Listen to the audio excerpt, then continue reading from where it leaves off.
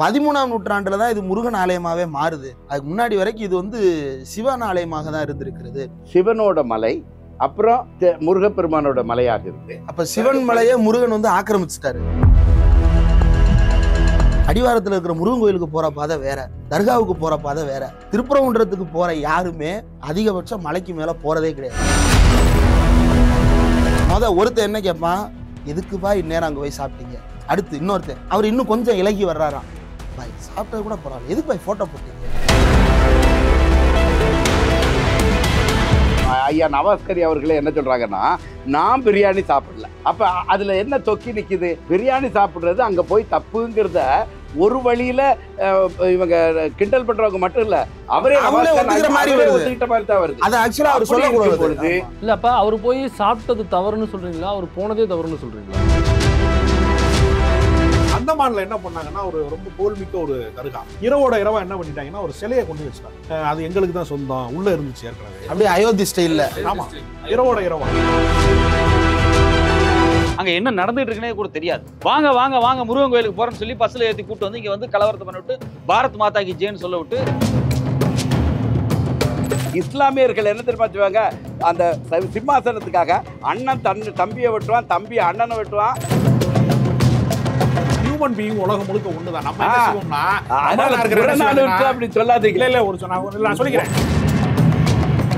இந்துக்களுக்கு புரிய வைக்க வேண்டியது என்னன்னா, முருகனுக்கு வழிபாடே அசைவ வழிபாடு தான்.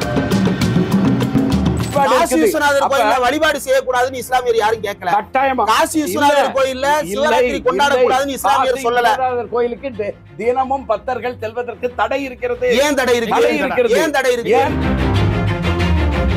ராஜபாளையத்துல இருந்து அவர் ஆட்டுக்குட்டி டெய்லி வர ஆட்டுக்குட்டி ராஜபாளையத்துல கந்தூரி அன்னைக்கே போனாரு. கந்தூரி அன்னைக்கே போனாரு. அன்னைக்கே போனாரு. கந்தூரி இல்லாத நாளைக்கு தான் போனாரு. பீஸ் கமிட்டியில என்ன பேசப்பட்டுச்சு? அறநிலைத்துறை அதிகாரி ஏன் திடீர்னு வந்து ஆடு வெட்டக்கூடாதுன்னு சொல்றாரு? அவர் எங்க இருந்து வர்றாரு? இவங்க எல்லாம் யாருன்னு கவர்மெண்ட் விசாரிச்சதுன்னா நாம இன்னொரு அயோத்தியை உருவாக்காம தடுக்க முடியும். ரம்ஜான் தொடங்குது, அந்த நோன்பு கஞ்சியை வாங்கி குடி. மார்ச் 29 வரைக்கும் இருக்கு. தினமும் நோன்பு கஞ்சியை குடிக்கிற, போட்டோ எடுத்து போடுற, இஸ்லாமிய இந்து ஒற்றுமை வாழ்கன்னு ஹேஷ்டேக் அடிக்கிற, கடைசியா பாய் பிரியாணியை வாங்கி தின்னுட்டு இந்த பிரச்சனையை குழி தோண்டி புதைக்கிற.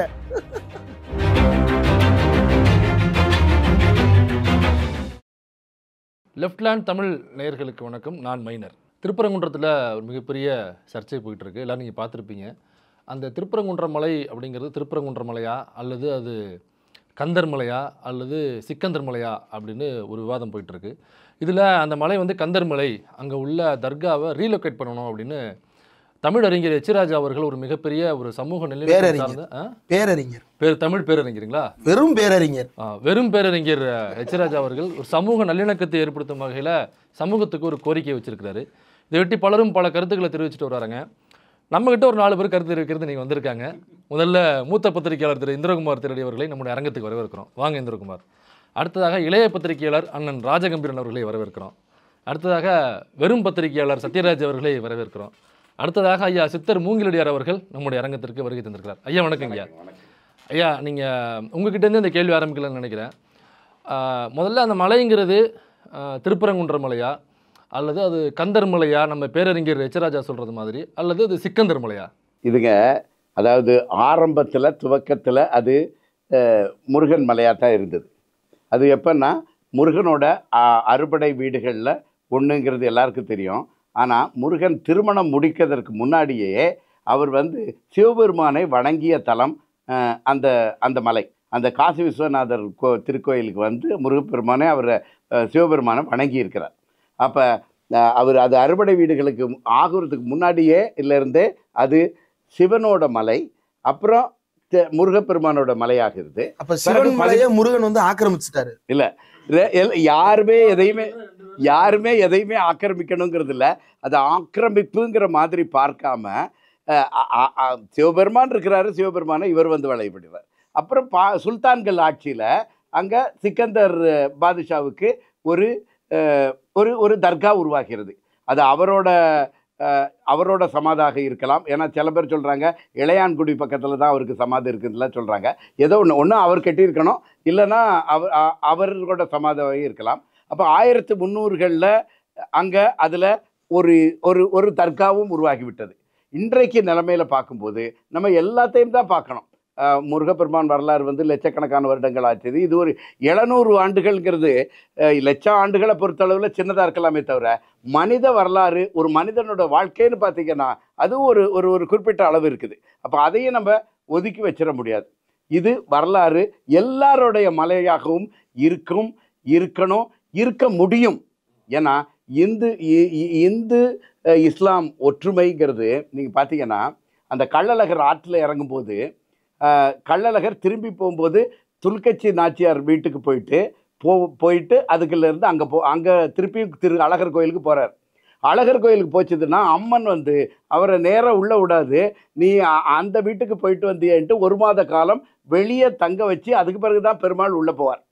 இது வந்து ஒரு நகைப்புக்குரிய கதையாகவும் கிண்டலுக்குரியதாகவும் கூட பல பேர் சொல்கிறாங்க. உண்மையிலே நடந்தது என்னன்னு பார்த்தீங்கன்னா, அந்த காலத்தில் அந்த இஸ்லாமியர்கள் படையெடுப்போட இந்துக்களோட கோயில்கள், பல கோயில்கள், அதில் இருக்கிற சிலைகள் எல்லாமே உடைக்கப்பட்டன. கோயில்கள் உடைக்கப்பட்டன, சிலைகளும் உடைக்கப்பட்டன. அப்படி உடைக்கும் பொழுது அப்போ தான் இஸ்லாமியர்கள் அப்போ மாறி இருக்கிறாங்க. மாறினவங்க ஒரு சில ஆண்டுகளுக்கு முன்னாடி வரைக்கும் அதே சிலையை வழிபட்டு கொண்டு இருந்தவர்கள்ட்ட முழுமையாக இஸ்லாமுக்கு வந்து அதை பற்றி சிலையை உடைச்சிடணுங்கிற கருத்து பொதுமக்களால் ஏற்றுக்கொள்ளப்படவில்லை. அப்போ அதிலே ஒருத்தர் இஸ்லாமிய மாறிய ஒருத்தர் தன்னுடைய குடும்பத்தில் இருக்கிற ஒரு பெண்மணிகிட்ட அந்த சிலையை பாதுகாப்பாக வச்சிருந்து அந்த சிலை பாதுகாக்கப்பட்டு அதுக்கு பிறகு அந்த ஆபத்தெல்லாம் சிலைக்கின்ற ஆபத்துகளெல்லாம் நீங்கின பிறகு பல நூற்றாண்டுகள் காலம் கழித்து திருப்பியும் அந்த கோயிலுக்கே வருது. இதை பார்த்தீங்கன்னா இஸ்லாமியர்களும் இந்துக்களும் ஒன்று போல இருக்கலாம்ங்கிறது இப்பவும் நிகழ்ச்சிகள் இருக்கின்றது. இன்னும் பல நிகழ்ச்சிகள் பல இடங்கள்ல இருக்கும். அப்போ இது எல்லா மலையாகவும் இருக்க வாய்ப்பு இருக்கிறது. அவரவர் கடவுளுக்கு என்னென்ன வழிபாட்டு நடந்து கொண்டிருந்ததோ அதை தொடர்ந்து செய்யுங்கள். இதை வந்து ஒரு அரசியலாகவோ அமைப்பு ரீதியாக நாங்களே இந்து வேத மறுமலர்ச்சி இயக்கத்திலிருந்து கூட அதுக்காக போராடலை. இதற்கான தீர்வு மக்களிடம் இருக்கிறது. வெளியிலிருந்து எந்த அமைப்பு வந்துச்சுனாலுமே அது கொஞ்சம் சிக்கலில் தான் கொண்டு போய் விடும். அதனால் அந்த மக்கள் இதை ஒழுங்காக உட்கார்ந்து தீர்த்து கொள்ள வேண்டும் என்றால் முதல்ல எது எப்படி இருந்துச்சதோ அதை தொடர்ந்து நடக்கட்டும். இதில் இன்னொன்று விஷயம்னா, இப்போ ஐயா சொல்கிறது மாதிரி பல லட்சம் வருடங்களுக்கு முன்பு அது முருகன் சிவன் அப்படின்னு ஒரு விஷயம் சொல்கிறாங்க இல்லையா? சில ஆயிரம் வருடங்கள். இப்போ ஒருவேளை அப்படி இருந்துச்சு, அதுக்கப்புறம் தான் தர்கா வந்துச்சு அப்படின்னு நம்ம வச்சுக்கலாம். அது என்ன உண்மைங்கிறது நமக்கு தெரியல. நமக்கு தெரிஞ்ச வரைக்கும் 1500களில் அந்த தர்கா அங்கே இருக்குது. 1517 அந்த தர்கா வைக்கப்பட்டிருக்கு. இப்போ ஒருவேளை ஃபஸ்ட்டு முருகன் கோயில், சிவன் கோயில் அங்கே இருந்திருக்கு. அதுக்கப்புறம் அங்கே தர்கா வைக்கப்பட்டாலுமே இத்தனை ஆண்டு காலமாக, இத்தனை 100 ஆண்டு காலமாக அந்த தர்கா அங்கே இருந்திருக்கு. அப்போ ஒருவேளை முருகனுக்கு அங்கே பிடிக்கலன்னு வச்சுங்க, முருகனே அங்கே வைக்கிறத தடுத்திருந்திருப்பார், அல்லது வேறு ஏதோ செய்கையின் மூலமாக அதை தகர்த்திருந்திருப்பார்ல. அப்போ முருகனுக்கே ஓகேன்ற பொழுது இவங்களுக்கு என்ன பிரச்சனை இருக்கும் கூடும்? இல்லை வெளியிலேருந்து வர்றவங்களுக்கு முருகன் முதல்ல மாடியிலே இல்லையே, அவர் கிரவுண்ட் ஃப்ளோர்ல இருக்காரு, அவர் கீழே இருக்காரு, மேலே இருக்கிறவர் சிவனு. மேலே வந்து காசி விஸ்வநாதர் ஆலயம் இருக்கு, அங்கே முருகன் சந்நிதி இருக்கு. எப்படி எல்லா சிவன் கோயில்லையும் விநாயகருக்கும் முருகனுக்கும் ஒரு சந்நிதி இருக்குமோ அந்த மாதிரி மேலே முருகன் சந்நிதி இருக்கு. அதே போல கீழே வந்து முருகன் கோயில் இருக்கு, குடைவரை கோயில். இப்போ ஐயா சொன்னது போல அது முதல்ல வந்து சிவன் கோயிலாக தான் இருக்கிறது. அதற்கு பிறகுதான் வந்து தொல்லியல் துறை ஆணையர் ஒருத்தர் 2005 ஒரு புத்தகம் ஒன்று வெளியிட்டிருக்கிறாரு. அதுல பார்க்கும் பொழுது அவர் என்ன சொல்றாருன்னா, 13ஆம் நூற்றாண்டுல தான் இது முருகன் ஆலயமாவே மாறுது. அதுக்கு முன்னாடி வரைக்கும் இது வந்து சிவன் ஆலயமாக தான் இருந்திருக்கிறது. கிழக்கு நோக்கி சிவனும் வடக்கு நோக்கி பெருமாளும் இருக்கிறது போல சந்நிதி எல்லாம் உள்ள இருக்கு. அதுதான் பிரதான கடவுளாகவும் இருந்திருக்கு அப்படின்ற. அதற்கு முன்னாடி அப்படின்னு தோண்டி பார்த்தோம்னா இந்த குடை வரைவு அப்படின்றதே வந்து நீங்க மதுரையிலேயே பழைய தொல்லியல், ரொம்ப பழமையான தொல்லியல் சின்னம் அப்படின்றது வந்து கீழக்குயில் குடியில் இருக்கக்கூடிய சமணர் படுகையை சொல்லுவாங்க. நீங்க அதுல பாத்தீங்க அப்படின்னா சமணர்களுடைய படுகை அப்படின்னா படுக்கை, அவங்க இருந்து தங்கி இருக்கக்கூடிய இடம். அங்க போய் ஒரு சிலர் கத்துக்கிட்டு வர்றது போக வர்றதுன்றதுனால அது அவங்களுடைய பள்ளி படுக்கை. அந்த இடத்துல நம்ம போயிட்டு வரோம். அது எப்படின்னா குகை மாதிரி தான் அவங்க இருந்து தங்கியிருப்பாங்க இயற்கையில. அதே மாதிரி இங்கேயும் குடைவரவு செய்யப்பட்டது சமணர்களுக்கா இருக்கலாம். அதற்கு பிறகு அங்கு சிவன் வந்திருக்கலாம், அதற்கு பிறகு முருகன் வந்திருக்கலாம். கால ஓட்டத்தில் அது மாறி இருக்கலாம். இது எல்லாமே எதை உணர்த்துது அப்படின்னா, வெவ்வேறு மதங்கள் மாறி இருக்கிறது, ஆட்சியாளர்கள்ட்ட வெவ்வேறு மதங்கள் மாறி இருக்கிறது. ஆனா மக்கள் வந்து எல்லாத்தையும் வந்து ஏத்துக்கொண்டு எதையுமே ஒன்னோட ஒண்ணு முரண்படாம, இப்ப மதுரையில சமணர்களுக்கும் சைவர்களுக்கும் சண்டை நடந்திருக்கு. அதுக்காக ஊருக்குள்ள இருக்கக்கூடிய எல்லா சைவ மதத்தை சேர்ந்தவங்களும் ஊருக்குள்ள இருக்கக்கூடிய எல்லா சமண மதத்தை சேர்ந்தவங்களை கழுவுல ஏத்தி உட்கார வச்சு கொலை பண்ற வேலையை பார்த்தாங்களான்னு இல்ல. அது அந்த சமய துறவிகளுக்கு இடையில நடந்த சண்டை. அது அரச மதமாக எது இருக்க போகுதுன்ற இடத்துல இருந்து நடந்த சண்டை.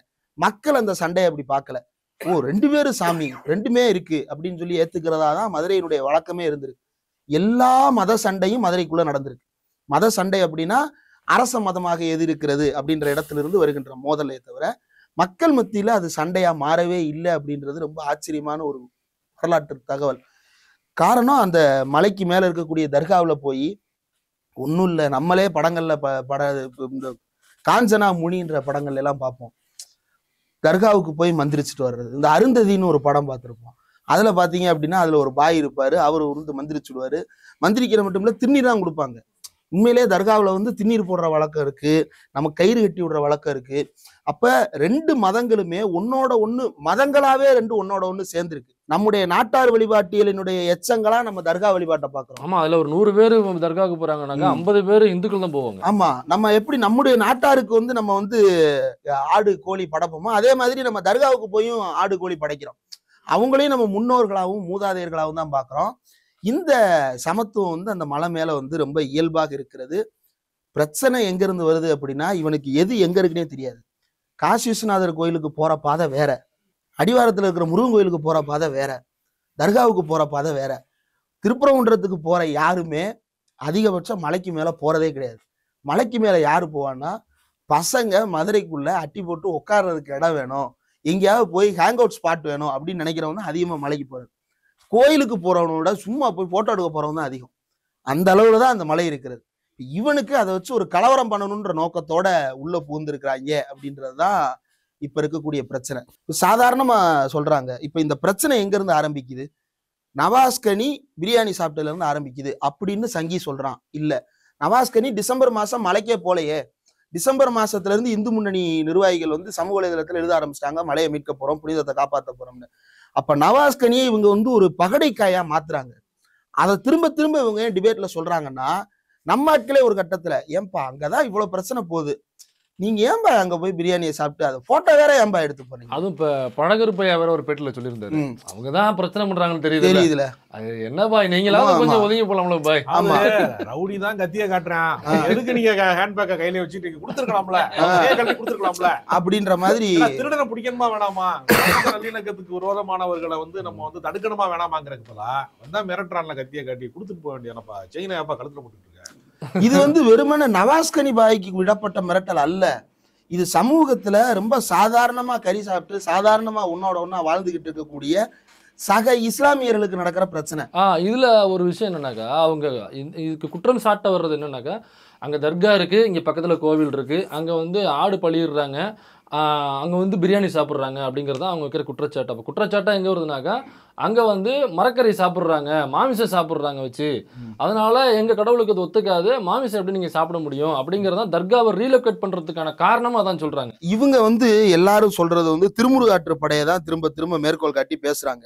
சிறுதினை மலரோடு விரையி மறி அறுத்து வாரண கொடியோடு வயிர்பட நிறீ அப்படின்னு ஒரு வரி வருது திருமுருகாற்று படையில 220வது வரி, 218, 19, 20வது வரிகள்ல இது வருது. பழமையான முதிர்ந்த மலைசார் சோலைகள் திணையையும் மலரையும் கலந்து தூவி கடா அறுத்து சேவல் கொடி கட்டி ஆங்காங்கே ஊருக்கு ஊர் கொண்டாடும் சிறப்பு மிக்க விழா அப்படின்னு முருகன் விழா. அப்ப முருகன் விழான்றதே வந்து கடா வெட்டு திருவிழாவா? நம்ம எப்படி கருப்பசாமி திருவிழானா கடா வெட்டாம திருவிழாவா? அந்த மாதிரி இவர் முருகன் விழாவை என்ன சொல்றாரு, கடா வெட்டாம முருகன் விழா கிடையாது, கடா வெட்டி சேவல் கொடி கட்டி படைக்கிறது தான் முருகன் விழா அப்படின்னு திருமுருகாற்று படை எழுதிய நக்கீரன் கோபாலன் தான் எழுதுனது. நக்கீரன் சொல்றதா பாட்டு வருது. இப்ப சங்கியல் என்ன ஒண்ணு வாங்கிட்டாங்க, நக்கீரன் கோபாலன் ஆபீஸ் போயிருவாங்க, எப்படி நீ இதை மதத்தை தெளிவுபடுத்தினு. இதுல சாதாரணமா இப்ப நாளைக்கு என்ன இப்ப இன்னைக்கு கேக்குறான்ல, நம்ம சமத்துவமா சகோதரத்துவமா சமூக நீதியா பேசக்கூடிய ஆட்களை என்ன கேட்க வந்துடுறாங்க, எதுக்கு பாய் நீங்க ஒருத்தர் என்ன கேட்பான், எதுக்கு பாய் இந்நேரம் அங்க போய் சாப்பிட்டீங்க? அடுத்து இன்னொருத்தர், அவர் இன்னும் கொஞ்சம் இலகி வர்றாராம், பாய் சாப்பிட்டது கூட பரவாயில்ல, எதுக்கு பாய் போட்டோ போட்டீங்க? இப்ப இது எப்படி இருக்குன்னா, நாளைக்கு வெள்ளிக்கிழமை ஒரு பாய் வந்து கறி வாங்கிட்டு போவாரு, அவரு போற வழியில ஏதோ ஒரு முக்குல பிள்ளையார் சிலை ஒருத்தர் வச்சிருப்பா, இல்லைன்னா ஒரு ஆலமரத்துல ஒரு என்னமோ ஒன்று சிலை வச்சிருப்பான். பாய் வெள்ளிக்கிழமை எவரோ ஒரு சங்கி போய் அவனை அடிச்சிடறான்னு வைங்களேன், பாய் சங்கீதம் அடிக்க வரான்னு தெரியுதுல, நீங்க வெள்ளிக்கிழமை முகூர்த்த நாள் அதுமா நீங்க எடுத்துட்டு போலாமா பாய், கறி சாப்பிடுங்க மேலதான் பாய் தவறு. இப்ப இன்னைக்கு ஒரு செய்தி படிச்சேன், ஏங்க இதை இவ்வளவு எளிதா எடுத்துக்கிட கூடாதுங்க. அதாவது நீங்க சொல்றீங்க அதிலே அதுல அது ஒரு நகைச்சுவை மாதிரி சொன்னா கூட அதுல உண்மை இல்லாம இல்ல. ஆமா, பொறுப்பான ஒரு நாடாளுமன்ற உறுப்பினர், எல்லா சமூகத்தினரும் அவருக்கு ஒரு பிரதிநிதியாக இருக்கக்கூடியவர் இப்படி செய்ய போய் தான். வெறும் வக்ஃபு போர்டு வாரிய தலைவராக இருந்தா கூட இப்படி வராது. அவரு இப்படி போய் எடுத்து போட்டாரு. அவரே ஐயா நவாஸ்கரி அவர்களே என்ன சொல்றாங்கன்னா, நான் பிரியாணி சாப்பிடல. அப்ப அதுல என்ன தொக்கி நிக்குது? பிரியாணி சாப்பிடுறது அங்க போய் தப்புங்கிறத ஒரு வழியில இவங்க கிண்டல் பண்றவங்க மட்டும் இல்ல, அவரே ஒத்துக்கிட்ட மாதிரி தான் வருது. அது ஆக்சுவலா அவர் சொல்லக்கூடாது. அவரே ஒத்துக்கிட்ட மாதிரி தான் இருக்குது. அப்படின்ட்டு இருக்கும்போது அவர் போனது தப்பே இல்லைன்னு சொல்லிட முடியாது. ஆனா இந்த பிரச்சனை அவர் சொன்ன மாதிரி டிசம்பர் மாசத்துல இருந்தே அங்க ஒரு குறிப்பிட்ட பிரிவினரால சொல்லப்படுகிறது. அதுக்கும் முன்னாடி என்ன ஆகுதுன்னா 1990கள்ல இருந்து அங்க கார்த்திகை தீபம் ஏற்ற வேண்டும் அப்படின்ட்டு ஒரு கோரிக்கை இருக்கிறது. அதுக்கு வழக்கெல்லாம் தொடுத்திருக்கிறாங்க. அதே மாதிரி சிவன் கோயில்ல சிவராத்திரி கொண்டாடப்பட வேண்டும்ங்கிறதும் 90கள்ல இருந்தே இருக்குது. அப்ப 90கள்ல இருந்து பல விதமான அரசியல் கட்சிகளும் மாறி மாறி வந்திருக்காங்க. இதுல யாரும் ஒரு அரசியல் கட்சியை எதுவுமே குறை சொல்லிட முடியாது.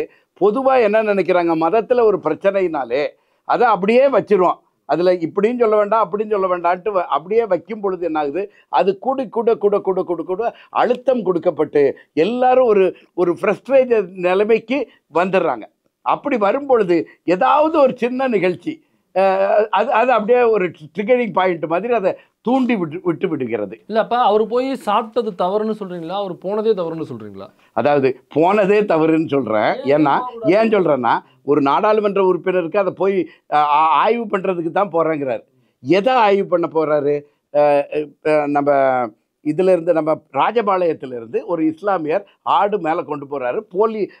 காவல்துறையினர் அதை தடுத்துடுறாங்க.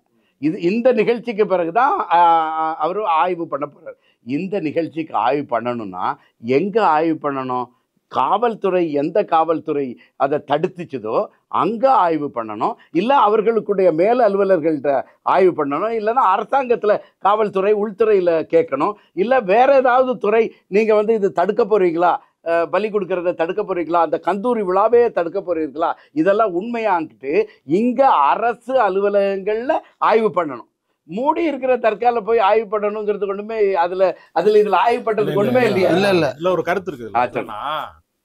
வக்ஃபு வாரியம்ங்கிறது எப்படி இந்து சமய அறநிலையத்துறை கோவில்களுக்கு அத்தாரிட்டியோ அது மாதிரி அந்த சொத்துக்களை பாதுகாக்கிற ஒரு இஸ்லாமிய வழிபாட்டு ஆலயங்களுடைய சொத்துக்களை பாதுகாக்கிற ஒரு அமைப்பு தான் வக்ஃபு வாரியம். அது அரசின் கீழே தான் செயல்படுது. அதனுடைய தலைவர் வக்ஃப் போர்டு சேர்மனாக நவாஸ் கனி இருக்கிறாரு. அந்த சிக்கந்தர் தர்கா என்று சொல்லக்கூடியது வக்ஃப் போர்டினுடைய கண்ட்ரோல்ல தான் இருக்கு. அப்ப அவருக்கு ஆய்வு செய்யறதுங்கிறது எப்படின்னா, சேகர் பாபா நீ மீனாட்சி அம்மன் கோயிலுக்கு போகாத அல்லது ஏதாவது ஒரு கோயிலுக்கு போக கூடாது நீ அப்படின்னு நம்ம எப்படி சொல்ல முடியாதோ, அறநிலையத்துறைக்கு உட்பட்ட ஒரு கோவிலுக்கு சேகர் பாபு போறது, ஆய்வுக்கு போறது எப்படியோ அது மாதிரி வக்ஃப் போர்டினுடைய சொத்துக்கள்ல ஒன்றாக இருக்கக்கூடிய ஒரு தர்காவுக்கு அவர் ஆய்வுக்கு போறதுக்கு அவருக்கு உரிமை இருக்கிறது. உரிமை இருக்குது. கூடாது. எதை நான் மறுத்துக்கு சொல்றேன், நான் என்ன போக கூடாதுன்னா, அவருக்கு இயல்பா ஒரு கோயில் இருக்கு, எவ்வளவோ தர்காக்கள் இருக்கின்றன, எவ்வளவோ மசூதிகள் இருக்கின்றன, அதுல எல்லாம் ஆய்வு பண்ண போறதை நம்ம தப்புன்னு சொல்லல. இந்த ஒரு ராஜபாளையத்திலிருந்து ஒருத்தர் மேல போடுறத தடை செய்யறத ஆய்வு பண்ணணும்னா அங்க தர்கால போய் ஆய்வு. இப்ப தர்காவுடைய சொத்துக்கோ வேற எதுக்கோ ஒரு பாதகம் வந்திருக்குது, அதுல ஏதாவது அதுல அந்த பெயிண்ட் அடிச்ச மாதிரி ஏதோ நாங்க அதுல பண்ணி வச்சுட்டாங்க, அப்பன்னா நிச்சயமாக அவர்கள் போக வேண்டும். அதுல தப்பு இல்ல. இங்க மேல போக கூடாது. இல்ல அங்க காவல்துறை என்ன சிக்கல் வரும்? இப்ப இங்க தானே இங்க காவல்துறை தானே பேசுறோம். இல்லைங்க, அது ஏன் வருது அப்படின்னா, அங்க கந்தூரி கொடுக்கறது அப்படின்னு சொல்லுவாங்க. கந்தூரி கொடுக்கறது வழக்கம், நம்ம எல்லாருக்குமே தெரியும். நம்மளே சாப்பிட்டு இருக்கோம். இப்ப அந்த கந்தூரி கொடுக்கறதுக்கு அங்க ஒரு போர்டு வச்சிருப்பாங்க. முன்னாடி இருந்தே இருக்கு அந்த போர்டு. மேல கந்தூரி கொடுப்பதற்கு அனுமதி உண்டு, அதற்கான பாத்திரங்கள் நம்ம கொண்டு வரணும்னு அவசியம் இல்லை, அவங்களே வச்சிருப்பாங்க. நேர்த்திங்கிறது வருடம் ஒரு முறை நடக்கக்கூடிய ஒரு சந்தனக்கூடு திருவிழா தான் கந்தூரி. முதல்ல தர்காங்கிற என்னங்கிறதுக்கு நான் ஒரு சின்ன விளக்கம் சொல்லிடுறேன். அது ரொம்ப பேருக்கு அது தெரியாது. அதாவது என்னன்னா, பள்ளிவாசல் வேற தர்கா வேற. பள்ளிவாசலுங்கிறது தொழுகை செய்கிற இடம், அங்கு எந்த உருவமும் இருக்காது. இது தர்காங்கிறது என்னன்னா, முதல்ல அது இஸ்லாமிய கோட்பாட்டுக்குள்ளேயே ரொம்ப தூய இஸ்லாம் பேசுறவங்க அதை ஏற்கவே மாட்டாங்க. என்ன காரணம்னா, நம்மளுடைய முன்னோர் வழிபாடு இருக்குல்ல. இப்ப மதுரையில பாண்டி கோயில் இருக்கு. பாண்டி கோயிலுக்கு வந்து என்ன தலப்புராணம் அல்லது என்ன வரலாறு அப்படின்னு பாத்தீங்கன்னா வந்து தமிழ் மண்ணின் சாமிகள் அப்படின்னு மனா ஒரு புத்தகமே எழுதியிருக்கிறார். ஒவ்வொரு ஊர்லயும் உருவான குலசாமி கோவில்கள்னா என்ன அப்படிங்கறதுக்கு எழுதியிருக்கிறார். போத்தியம்மன் இந்த மாதிரி. பாண்டி கோயிலுங்கிறது என்ன அப்படின்னு வரலாறு என்னன்னா, அந்த கண்ணகியினுடைய இதுக்கு தவறான தீர்ப்பு சொன்னது இருக்கு இல்லையா, தவறான தீர்ப்பு சொன்ன அந்த பாண்டிய மன்னன் வந்து நம்ம இப்படி ஒரு தவறான தீர்ப்பை சொல்லிட்டோமே என்று அவன் உயிரை விட்டுட்டான் இல்லையா, அந்த மன்னனுடைய நினைவாக தான் பாண்டி கோயில் இருக்கு அப்படின்னு அந்த வரலாற்றுல சொல்றாங்க. அதனாலதான் அந்த பாண்டி முனி வந்து ரொம்ப வந்து இதானது துடியான சாமி அப்படின்லாம் சொல்லுவாங்க. நீதி வழங்கக்கூடிய இடத்துல தனக்கே வந்து மரண தண்டனை விதிச்சிட்டாரு அவரு. ஏன்னா தவறான தீர்ப்பு சொன்னதுக்கு தானே பொறுப்பேற்றுக் கொண்டாரு அப்படிங்கிற ஒரு இடம் அது. அப்ப அங்க போய் வந்து கிடா வெட்டி எப்படி சாமி கும்பிடுறாங்களோ, ஒரு முன்னோர் வழிபாடு என்கிற முறைதான், அந்த குலசாமி கும்பிடுற ஒரு வழிமுறை தான். இஸ்லாமியர்களா வந்து தன்னை வந்து தெற்கு மாவட்ட தென் மாவட்டங்கள் என்ன சொல்லுவாங்கன்னா, இஸ்லாமியர்னு சொல்ல மாட்டாங்க, இஸ்லாம் ஆனவரும் பாங்க. இஸ்லாம் ஆனவர்னா அவர் இப்ப மாறிட்டாரு. அவருக்கு ஏதோ ஒரு சாதிய அழுத்தங்களோ அல்லது இங்க இருக்கக்கூடிய வாழ்வியல் முறைகள்ல அவருக்கு சிக்கல் ஏற்பட்டு அவர் வேணாங்க, நான் ஜாமியை மாத்திக்கிறேன், என்னை சாதியத்தான் மாத்த முடியலனால நான் ஜாமியை மாத்திக்கிறேன் சொல்லி அவர் வந்து அல்லாஹ் ஏத்துக்கிட்டு போயிடுறாரு. இப்ப கூட சமீபமா வந்து திருமாவளவன் சொல்றாரு, வேங்கவையெல்லாம் மதம் மாறுவதை தவிர எங்களுக்கு வேறு வழி இல்லைங்கிறாரு. இவ்வளவு சட்ட சிக்கல்கள் நடந்துகிட்டு இருக்கும்போது திருமாவளவனுடைய அறிக்கை அது யார் வேணாலும் ரெஃபரன்ஸ் எடுத்து பாருங்க. எங்களுக்கு மதம் மாறுவதை தவிர வேங்கவேல் பிரச்சனையில வேறு தீர்வு இல்லை அப்படிங்கிறாரு. அப்ப அந்த அதே நிலைமை தான் இது. அப்ப அவங்க வந்து என்ன செய்யறாங்கன்னா, சாமியை மாத்திக்கிறாங்க, எனக்கு வேணாம். ஆனா அவங்களுக்கு என்னன்னா, கடவுள் நம்பிக்கையை மாற்றிக்கொண்டாலும் அவங்களுடைய வாழ்வியல் முறையை அவங்களால மாத்த முடியாது. கலாச்சார பண்பாடோட இருக்கும். கந்தசாமி வந்து காதரா மாறலாம், அவனுடைய வாழ்வியல் முறை அவனுக்கு மாறாது. அதனால அவன் என்னன்னா, இங்க தேர் திருவிழா நடத்தினான்ல, அதான் இங்க சந்தன கூட ஆக்கிட்டான். இங்க முன்னோர் வழிபாடு இருந்துச்சுல, அதை தர்கா வழிபாடு ஆக்கிட்டான். அப்ப இது என்னன்னா, இந்து சமயத்தினுடைய ஒரு தொடர்ச்சி தான். அப்ப தூய இஸ்லாம் பேசுறவன் என்ன சொல்லுவான்னா, இது இஸ்லாத்திலே இல்லையே, சவுதி அரேபியால எங்க இருக்கு தர்கா, அப்ப எதுக்கு போய் சமாதியை போய் நீங்க கும்பிடுறீங்க? சமாதியில வந்து இறந்தவர்கள் வந்து அதுக்கு அவங்க வேற ஒரு கான்செப்ட் வச்சிருப்பாங்க. இறந்தவர்கள் வந்து என்னன்னா, இறைவனோட நேரடி தொடர்புல இருக்கிறவங்க, அவங்ககிட்ட நம்ம போய் நம்ம ஒரு கோரிக்கையை சொல்லுகிற போது இறைவனுக்கு நமக்கும் வந்து பாவம் ஒரு திரையாக இருக்கிறது. இறைவன் வந்து நமக்கு காட்சி அளிக்கிறதுக்கு மறுக்கிறதுக்கு என்னன்னா, நம்ம செய்யற தீய செயல்கள்லாம் காரணமா இருக்கு, அந்த திரை விலக மறுக்குது. ஆனா இந்த இறை நேசர்களா இருக்கிறவங்க, இறை அடியார்களா வாழ்றவங்க, தூய வாழ்க்கை வாழ்ந்தவங்க, அவங்களுக்கும் இறைவனுக்கும் அவங்க மரணித்தவர்கள் என்று நம் பார்வையில் இருந்தாலும் அவங்க இறைவனின் பார்வையில உயிரோடு இருக்கிறாங்க. அப்ப அவங்ககிட்ட அந்த கோரிக்கை வைக்கிற போது அவர்கள் இறைவனிடத்துல ரெக்கமெண்டேஷன் எடுத்தாரு. அப்ப நம்ம நாட்டார் தொன்மமும் இஸ்லாமும் ஒண்ணு சேருது இந்தியாவுல. அத இப்ப இங்க என்ன சிக்கல்னா, பெரும்பகுதி தர்காவுக்கு 80% 50% கிடையாது, 80% இந்துக்கள் தான் போவாங்க, இந்துக்கள் தான் போவாங்க. அதனால இது என்னன்னா, இந்த சமய நல்லிணக்கத்துக்கான பாலமாக இருக்கிறது. ஏன்னா பள்ளிவாசலுக்கு வந்து இந்துக்கள் போக மாட்டாங்க, யாருமே போக மாட்டாங்க. பள்ளிவாசலுக்கு முஸ்லீம்கள் கொஞ்சம் பேர் போறது, நோம்பு அதுவும் போறது இல்ல. ஏன்னா தொழுகை ஃபாலோ பண்றவங்க, 5 வேளை தொழுகை ஃபாலோ பண்றவங்க தான் பள்ளிவாசல் நோம்பு கஞ்சி வாங்க போவோம் சார். அது வருட ஒரு முறைக்கு, டெய்லி நோம்பு கஞ்சி ஊத்த மாட்டாங்க. தவறான தகவலை மறந்துடாதீங்க. 30 நாளைக்கு வருஷத்துல 30 நாளைக்கு தான் அது நோம்பு கஞ்சி ஊத்துவாங்க. எல்லா நாளும் டெய்லி பிரியாணி கேட்டா பாய் யாருமே தர மாட்டாங்க, ரம்ஜானுக்கு தான் தருவாங்க. அது மாதிரி தான் நீங்க சொல்றது. அப்ப என்னன்னா, இது ஒரு சமய நல்லிணக்கத்துக்கான ஒரு பாலமாக இருக்கிறது. அப்ப அந்த இடத்த கை வைப்பதன் மூலமாக சமய நல்லிணக்கத்தை சீர்குலைக்கிற ஒரு முயற்சி தான் இது. இப்ப பாபர் மசூதி பிரச்சனைக்கு இதுக்குள்ள வித்தியாசம் நான் என்ன சொல்றேன்னா, அது மசூதி கூட முஸ்லீம்கள் மட்டுமே செல்லுகிற இடம், தர்கா முஸ்லீம்கள் மட்டுமே செல்லுகிற இடம் இல்ல. எனக்கு ஆச்சரியமான விஷயம் என்னன்னா, பம்பாய் இன்றைய மும்பை இருக்கு இல்லையா, அங்கே போய் நான் வந்து ஒரு வேலை விஷயமாக போய் நான் தங்கியிருந்த 1 மாத காலகட்டங்கள்ல ஹாஜி அலி தர்கான்னு ஒண்ணு ஒரு கடற்கரை ஓரம் இருக்கு. மும்பைக்கு போனவங்களுக்கு தெரியும். திரைப்பட பாடல் கூட அந்த என்னை காணவில்லையே நேற்றோடுங்கிற சாங்ல கூட அந்த காட்சி வந்து அந்த தர்காவை வந்து படப்பிடிப்பு நடத்திருப்பாங்க. தபு நடந்து போகும், அப்பாஸ் போவாரு, வினித் போவாரு. அதை யாராவது பார்க்காதவங்க அதை பார்த்துக்கலாம் அந்த காட்சி வழியா. அது அங்கே போய் நான் பாக்குறேன், அங்கே ஏறத்தாழ 90% வந்து இஸ்லாமியர் அல்லாதவர் தான் இருக்கிறாங்க. எல்லா ஊர்லயுமே, இந்தியா முழுக்க. ஏதோ நம்ம சமூக நல்லிணக்க பூமி, நம்ம ஊர் அமைதி பூங்கா, நம்ம ஊர்ல அப்படி இருக்கு நான் நினைச்சிருந்தேன். அப்படி கிடையாது. மும்பையிலையும் இருக்கு, மகாராஷ்டிராவிலையும் அப்படித்தான் இருக்கு. அப்ப எல்லா ஊர்களிலேயுமே சமய நல்லிணக்கத்துக்கான இடமாக இது இருக்கு. அந்தமான்ல என்ன பண்ணாங்கன்னா, ஒரு ரொம்ப போல்மிக்க ஒரு தர்கா, இரவோட இரவா என்ன பண்ணிட்டாங்கன்னா, ஒரு சிலையை கொண்டு வச்சுட்டாங்க. உள்ள வச்சுட்டு அவங்க தகராறு பண்ணி, அது எங்களுக்கு தான் சொந்தம், உள்ள இருந்துச்சு ஏற்கனவே, அப்படியே அயோத்தி ஸ்டைல்ல. ஆமா, இரவோட இரவா சொல்லி அதை லாக் பண்ணிட்டாங்க. சட்டம் ஒழுங்கு பிரச்சனையா லாக் பண்ணிட்டு அந்த தர்காவை மூடிட்டு, அது இப்ப கோயில் இடம் அப்படின்னு ஒரு பிரச்சனையை உருவாக்குறாங்க அந்தமான்ல. இப்படி எல்லா ஊர்களிலேயுமே அவங்களுடைய, அதாவது இவங்களுடைய இலக்கு என்னவாக இருக்கிறதுனா, சமய நல்லிணக்கத்தை எந்த இடத்துல இருந்து உடைக்கிறதுன்னு ஒரு கேள்வி இருக்கு. இல்ல, அது எனக்கு அந்த சமய நல்லிணக்கத்தை தாண்டி இவங்க அந்த வடக்கு தெற்கு பிரச்சனையில் ஒரு பெரிய ப்ராப்ளம் என்ன அப்படின்னா, வடக்குல அதிகமாக கறி சாப்பிட மாட்டாங்க. நீங்க வந்து ராஜஸ்தான், குஜராத் நீங்கள் வந்து ஹிமாச்சல், உத்தரகாண்ட், இங்கே அதிகமாக ஒரு 50, 60, 30% வரைக்கும் தான் மக்கள்லாம் கறி சாப்பிட்றாங்க. ஆனால் தென்னிந்தியா முழுக்க பார்த்தீங்க அப்படின்னா 90%, 98 வரைக்கும் இருக்குது. நீங்கள் வடக்கில் இஸ்லாமியர்கள் கறி சாப்பிட்றாங்க, தெற்கில் எல்லா மக்களுமே கறி சாப்பிடுவாங்க அப்படிங்கிறது ஒரு போக்கு இருக்குது. இந்த கறி சாப்பிட்றத வச்சு தான் பல பாலிடிக்ஸ் வந்து 10 வருஷத்தில் வந்து ரொம்ப அதிகமாக டெவலப் ஆயிருக்கு. மகாராஷ்டிரா, மத்திய பிரதேசலாம் இப்போ வந்து சிஎம் வந்த உடனே அடுத்த நாளே வந்து கறியை பொது இடத்துல விற்கக்கூடாது சில ரெஸ்ட்ரிக்ஷன்ஸை கொண்டு வந்திருக்காங்க. குஜராத்தில் ரெஸ்ட்ரிக்ஷன்ஸ் கொண்டு வராங்க, உத்தரப்பிரதேச ரெஸ்ட்ரிக்ஷன் கொண்டு வராங்க. நீங்க ஏங்க குஜராத் வரைக்கும் போறிய? நம்ம புரட்சி தலைவி மறைந்த ஆமா முதல்வர் அம்மா வந்து கோவில்கள் ஆடு கோழி வெட்டக்கூடாதுன்னு சொல்லி பாண்டி கோயில் பூசாரி கிடா வெட்டினதுக்கு அரஸ்ட் பண்ணி படிச்சுக்கிட்டு இருக்கேன் காலேஜ்ல. பாண்டி கோயில கிடா வெட்டின பூசாரி வந்து அரஸ்ட் பண்ணி கொடையாரி மாதிரி கூட்டு போறாங்க. சொன்னாரு நீ விளங்கவே மாட்டியா, தேர்தலில் தோத்து போச்சு அந்த அம்மா. மறுபடியும் சட்டத்தெல்லாம் வாபஸ் பண்ணாங்க. கோயில் எல்லாம் பூஜைக்கு மணி அடிச்சு தட்டு சுத்துவாங்க, பாண்டி கோயில்ல பூசைக்கே வெட்டுறாங்க. ஆக்சுவலி ஒரு அந்த கல்ட் பெரிய வித்தியாசம் இருக்கு. வடக்கு தெற்குல வந்து நம்ம வந்து கலாச்சார ரீதியா, ஆர்க்கியாளர் ரீதியா, மொழி ரீதியா நம்ம பேசிட்டு இருக்கோம் இல்லையா, சாப்பாடு ரீதியாக வடக்கு தெற்குல ஒரு பெரிய டிஃபரன்ஸ் இருக்கு. நம்மள வந்து 98% வந்து கறி சாப்பிடவங்க இருக்காங்க. ரெண்டாவது முருக வழிபாடு, முருகேறுதல் அப்படிங்கிறது இன்னைக்கு வரைக்கும் கேரளாவில், குறிப்பாக வட கேரளாலாம் பார்த்தீங்கன்னா இன்னைக்கு முருகேற்று ஆடக்கூடிய திருவிழாக்கள் நிறையா இருக்கு. நேற்று பார்த்தா சாதாரணமான ஆளாக இருப்பாங்க. ஊரில் நம்ம இப்போ கிராமத்திலே பார்த்தீங்கன்னா 2 நாளைக்கு முன்னாடி பார்த்தீங்கன்னா சாதாரணமாக இருப்பார், போவார், சாப்பிடுவார், குடிப்பார், பண்டு சுற்றி இருப்பார். ஒரு வாரம் கழிச்சு பார்த்தீங்கன்னா அவர் வந்து கோயிலுக்கு நேர்ந்து அவர் முருகாடுவார்.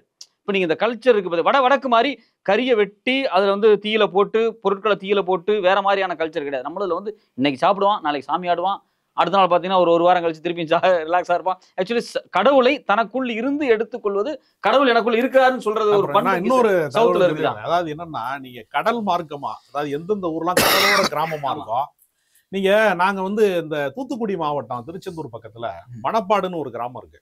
ஒரு கிறிஸ்தவ கிராமம் மாதிரி இருக்கும். சர்ச்சோட ஒரு உயரமான ஒரு மலை குன்று மேல ஒரு சர்ச் இருக்கும்.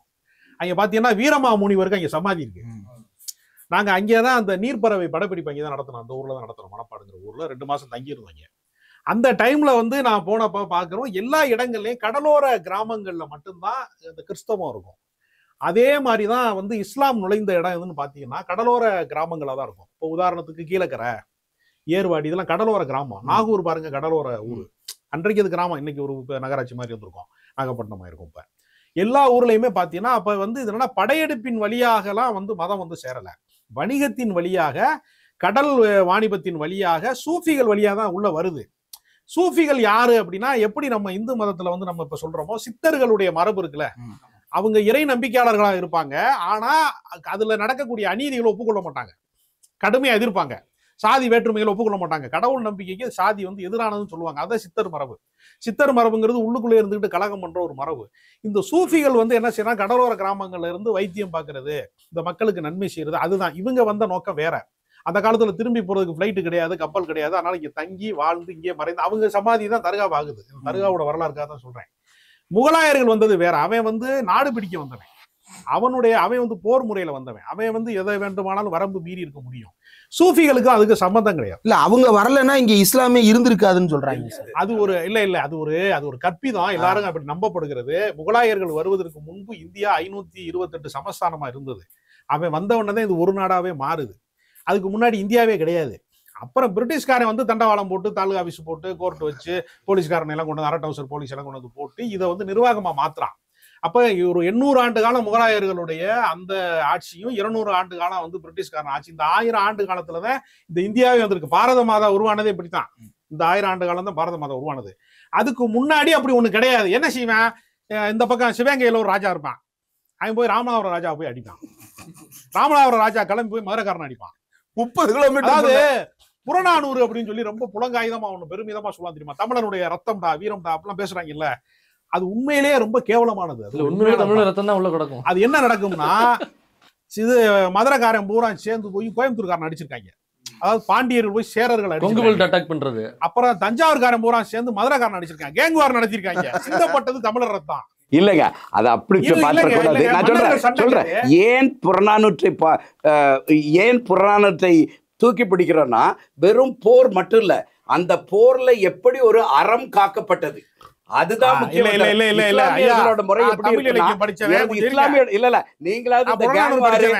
நானும் தமிழ் படிச்சவன் தான். இன்னைக்கு ஏதாவது கேங் வார் மாதிரி இருக்கு. இங்க இருந்து மதுரையில இருந்து கோயம்புத்தூர் போனாங்க. இஸ்லாமியர்கள் என்ன தெரியுமா செய்வாங்க, அந்த சிம்மாசனத்துக்காக அண்ணன் தம்பியை வெட்டுவான், தம்பி அண்ணனை வெட்டுவான். இதுக்குள்ள போர் முறை இல்ல இது வந்து போர்ல எப்படி அறம் காத்தார்கள் அப்படின்னா, சூரிய உதயத்துல போர் ஆரம்பிக்கும், சூரியன் மறைஞ்ச உடனே நிறுத்திடுவாங்க. போர் முடிஞ்ச பிறகு 2 இடத்துல இருந்து போகலாம், பேசலாம், பெண்களை தாக்க கூடாது.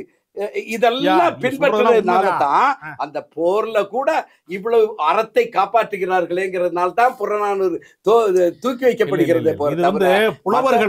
புலவர்கள் வந்து மேன்மையான விஷயம் பாடுவாங்க. இல்ல அந்த மேன்மையான விஷயம் இருக்கிறதுனால தான் அதை தூக்கி பிடிக்கிறோமே தவிர அந்த இஸ்லாமியர்கள் அப்படி கிடையவே கிடையாது. அண்ணன் தம்பி வெட்டாலும் எல்லாம் இதே அப்புறம் குடும்பம் வச்சிருக்கேன். அவன் எல்லா ஹியூமன் பீயிங் உலகம் முழுக்க ஒண்ணுதான். நம்ம என்ன செய்வோம்னா அப்படி சொல்லாதீங்க. இல்ல ஒரு நான் சொல்லிக்கிறேன்.